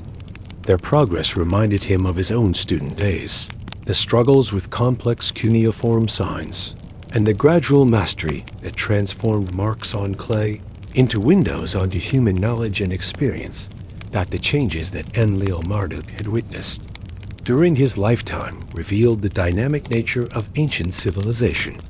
New technologies, from improved metallurgy to more efficient irrigation systems, had transformed economic life. Political developments, including the expansion of royal power and the growth of international trade, had created new opportunities and challenges. Cultural innovations, particularly in literature and religious thought, had enriched the intellectual life of educated elites. The philosophical questions that had occupied Enlil-Marduk's mature years reflected the sophisticated thinking of educated Mesopotamians. What was the relationship between human knowledge and divine wisdom? How should individuals balance personal ambitions with social responsibilities? What legacy should each generation leave for their successors? These questions, explored in ancient literature and religious texts, remained as relevant in his time as they had been for his predecessors. The astronomical observations that Enlil-Marduk had maintained for decades revealed patterns and cycles that connected earthly events with cosmic rhythms. The careful tracking of planetary movements, eclipse patterns, and stellar cycles had practical applications for agriculture and religious festivals. But it also satisfied deeper human needs to understand humanity's place in the universal order. The women in Enlil-Marduk's life, his wife Ninlil, his daughters, and the female scribes he had worked with over the years had contributed to his understanding of ancient society's full complexity. Their perspectives on family life, economic relationships, and cultural values had enriched his documentation of Mesopotamian civilization and challenged some of his assumptions about gender roles and social organization. The economic changes that had transformed Mesopotamian society during Enlil-Marduk's career included the expansion of long-distance trade, the development of more sophisticated financial institutions, and the increasing specialization of craft production. These changes had created new opportunities for educated professionals, while also generating social tensions and cultural conflicts that required careful management. The religious developments that had shaped Enlil-Marduk's era included theological innovations, ritual refinements, and the increasing integration of local traditions into imperial religious systems. The evolution of ideas about divine justice, human responsibility, and the afterlife reflected ongoing dialogue between traditional beliefs and contemporary experiences. The preservation challenges that concerned Enlil-Marduk in his later years were both practical and philosophical. Clay tablets, while durable, were vulnerable to flood, fire, and deliberate destruction during warfare. More fundamentally, the survival of knowledge depended on continued interest and understanding among future generations. What if coming ages lost interest in ancient wisdom? What if new technologies made traditional knowledge obsolete? The teaching methods that Enlil-Marduk had developed emphasized not just technical mastery, but also critical thinking and cultural understanding. His students learned to read texts carefully, to question assumptions, and to connect ancient wisdom with contemporary challenges. This educational approach ensured that preserved knowledge would remain vital and applicable rather than becoming mere antiquarian curiosity. The documentation of daily life that Enlil-Marduk had maintained throughout his career records of commercial transactions, legal proceedings, religious ceremonies, and administrative decisions would provide future historians with intimate knowledge of how ordinary people lived, worked, and related to each other in ancient times. These mundane records were as important as great literary works in preserving the full richness of human experience. The network of professional relationships that Enlil-Marduk had built over decades connected him with scribes, administrators, merchants, and scholars throughout the known world. These relationships had facilitated the exchange of ideas, techniques, and cultural innovations that enriched Mesopotamian civilization and connected it with broader currents of human development. The technological innovations that Enlil-Marduk had witnessed and documented included improvements in writing materials, copying techniques, and information storage that would influence intellectual life for centuries to come. The development of more efficient styluses, better clay preparation methods, and systematic archival organization all contributed to the preservation and transmission of human knowledge.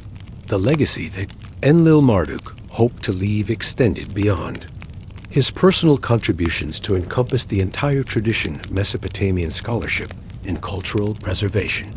The thousands of tablets in libraries throughout the region, the trained scribes working in dozens of cities, and the institutional structures that supported intellectual life all represented collective achievements that no single individual could claim, but that each had helped to build and maintain. The evening's final task involved writing a letter to his nephew, a young scribe beginning his career in distant Assur. The advice Enlil-Marduk offered reflected a lifetime's experience. Master your technical skills, but remember that scribal work serves larger purposes. Preserve ancient wisdom, but remain open to new knowledge.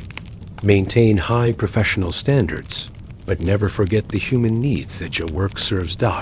As the oil in his lamp burned lower and the sounds of the city gradually quieted, Enlil-Marduk reflected on the thread of continuity that connected him with scribes of past ages and those yet to come. The wedge-shaped marks pressed into clay tablets were more than mere records. They were humanity's attempt to preserve its hard-won understanding, to learn from experience, and to build knowledge that could serve future generations facing challenges not yet imagined. Part 12, The Echo of Voices, Reflections on Time, Legacy, and the Human Story. The morning sun slanted through the high windows of the great library as Enlil-Marduk, now in his 71st year, made his final entries in the chronicle he had maintained for nearly 5 decades. The last tablet in his personal archive would record not transactions or legal proceedings, but his reflections on the meaning of the scribal life and the enduring significance of the civilization he had served throughout his career. His gnarled fingers, still skillful despite their age, formed the familiar wedge-shaped marks. That had been his life's work and passion. The chronicle that lay before him encompassed the reign of 3 kings, the rise and fall of neighboring empires, the evolution of technologies and ideas, and the daily rhythms of urban life that had provided the backdrop for his personal journey from eager student to master scribe. Each tablet in the collection represented not just events recorded, but a moment in the ongoing conversation between past and future that gave human existence its deeper meaning. The transformations that Enlil-Marduk had witnessed during his lifetime revealed the dynamic character of ancient civilization. The Babylon of his youth, while already ancient by contemporary standards, had continued to evolve and adapt throughout his career. New building techniques had transformed the city's skyline, expanded trade networks, and brought exotic goods and dahin. Foreign influences and intellectual developments had enriched literature, law, and religious thought. The continuities that had persisted through all these changes seemed even more remarkable than the innovations. The fundamental structure of cuneiform writing, the basic principles of Mesopotamian law, the core narratives of religious and literary tradition, and the essential values that guided social relationships had remained stable across centuries of political and economic change. This stability provided the foundation that made innovation possible without destroying cultural identity. Relationships that had defined Enlil-Marduk's professional life with kings and commoners, priests, and merchants, students, and colleagues, had taught him that the scribal vocation was fundamentally about human connection. The documents he had created and preserved served practical purposes, but they also maintained the bonds of memory, obligation, and shared meaning that made community life possible across time and space. That the international perspective that his career had provided revealed both the uniqueness of Mesopotamian achievements and their place in broader patterns of human development. The legal innovations of Hammurabi's code, the literary masterpieces of epic tradition, and the technological advances in agriculture and crafts had influenced neighboring civilizations, while also drawing inspiration from foreign sources. Culture, he had learned, was always a collaborative enterprise that transcended political boundaries. The women who had shaped his understanding of ancient society, his wife Ninlu, his daughters who had married and established their own households, the female scribes and priestesses he had worked with, and the countless women whose lives were documented in the records he maintained had revealed dimensions of human experience that formal historical accounts often overlooked. Their stories of family relationships, economic contributions, and cultural participation had enriched his understanding of what it meant to be human in ancient times. The students who had learned scribal skills under Enlil-Marduk's guidance over the years represented the future that would carry forward the traditions he had inherited and refined. Some had become administrators in the royal bureaucracy. Others had specialized in temple service, and a few had established themselves as independent professionals serving merchants and private clients. All carried with them not just technical skills, but appreciation for the cultural values that made their work meaningful. The technological developments that had occurred during Enlil-Marduk's lifetime improvements in metallurgy, advances in agricultural techniques, and innovations in building construction had demonstrated humanity's remarkable capacity for problem-solving and adaptation. Yet he had also observed that technological progress alone was insufficient. It required wise governance, ethical guidance, and cultural frameworks that directed innovation toward beneficial purposes. The religious insights that had deepened throughout his career had moved beyond the formal rituals and theological doctrines of his youth to encompass a more personal and philosophical understanding of humanity's relationship with divine forces. The gods, he had come to believe, worked through human agency, requiring individuals to take responsibility for their choices while remaining humble about their limitations and dependence on powers beyond their control. The literary works that had provided both professional occupation and personal enrichment throughout his life, the Epic of Gilgamesh, the creation stories, the wisdom literature, and countless shorter works had revealed the timeless character of human concerns. The questions that had occupied ancient poets and thinkers about friendship and mortality, justice and suffering, love and loss remained as urgent and relevant as they had been thousands of years earlier.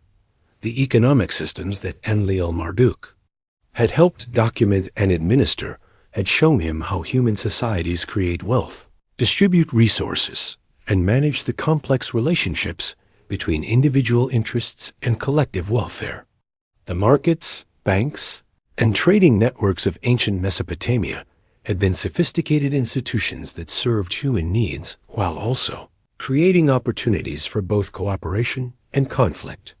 The legal traditions that had formed such an important part of his professional work had demonstrated humanity's ongoing efforts to balance individual rights with social responsibilities, to create institutions that could resolve conflicts peacefully, and to establish principles of justice that could guide behavior across different circumstances and cultures.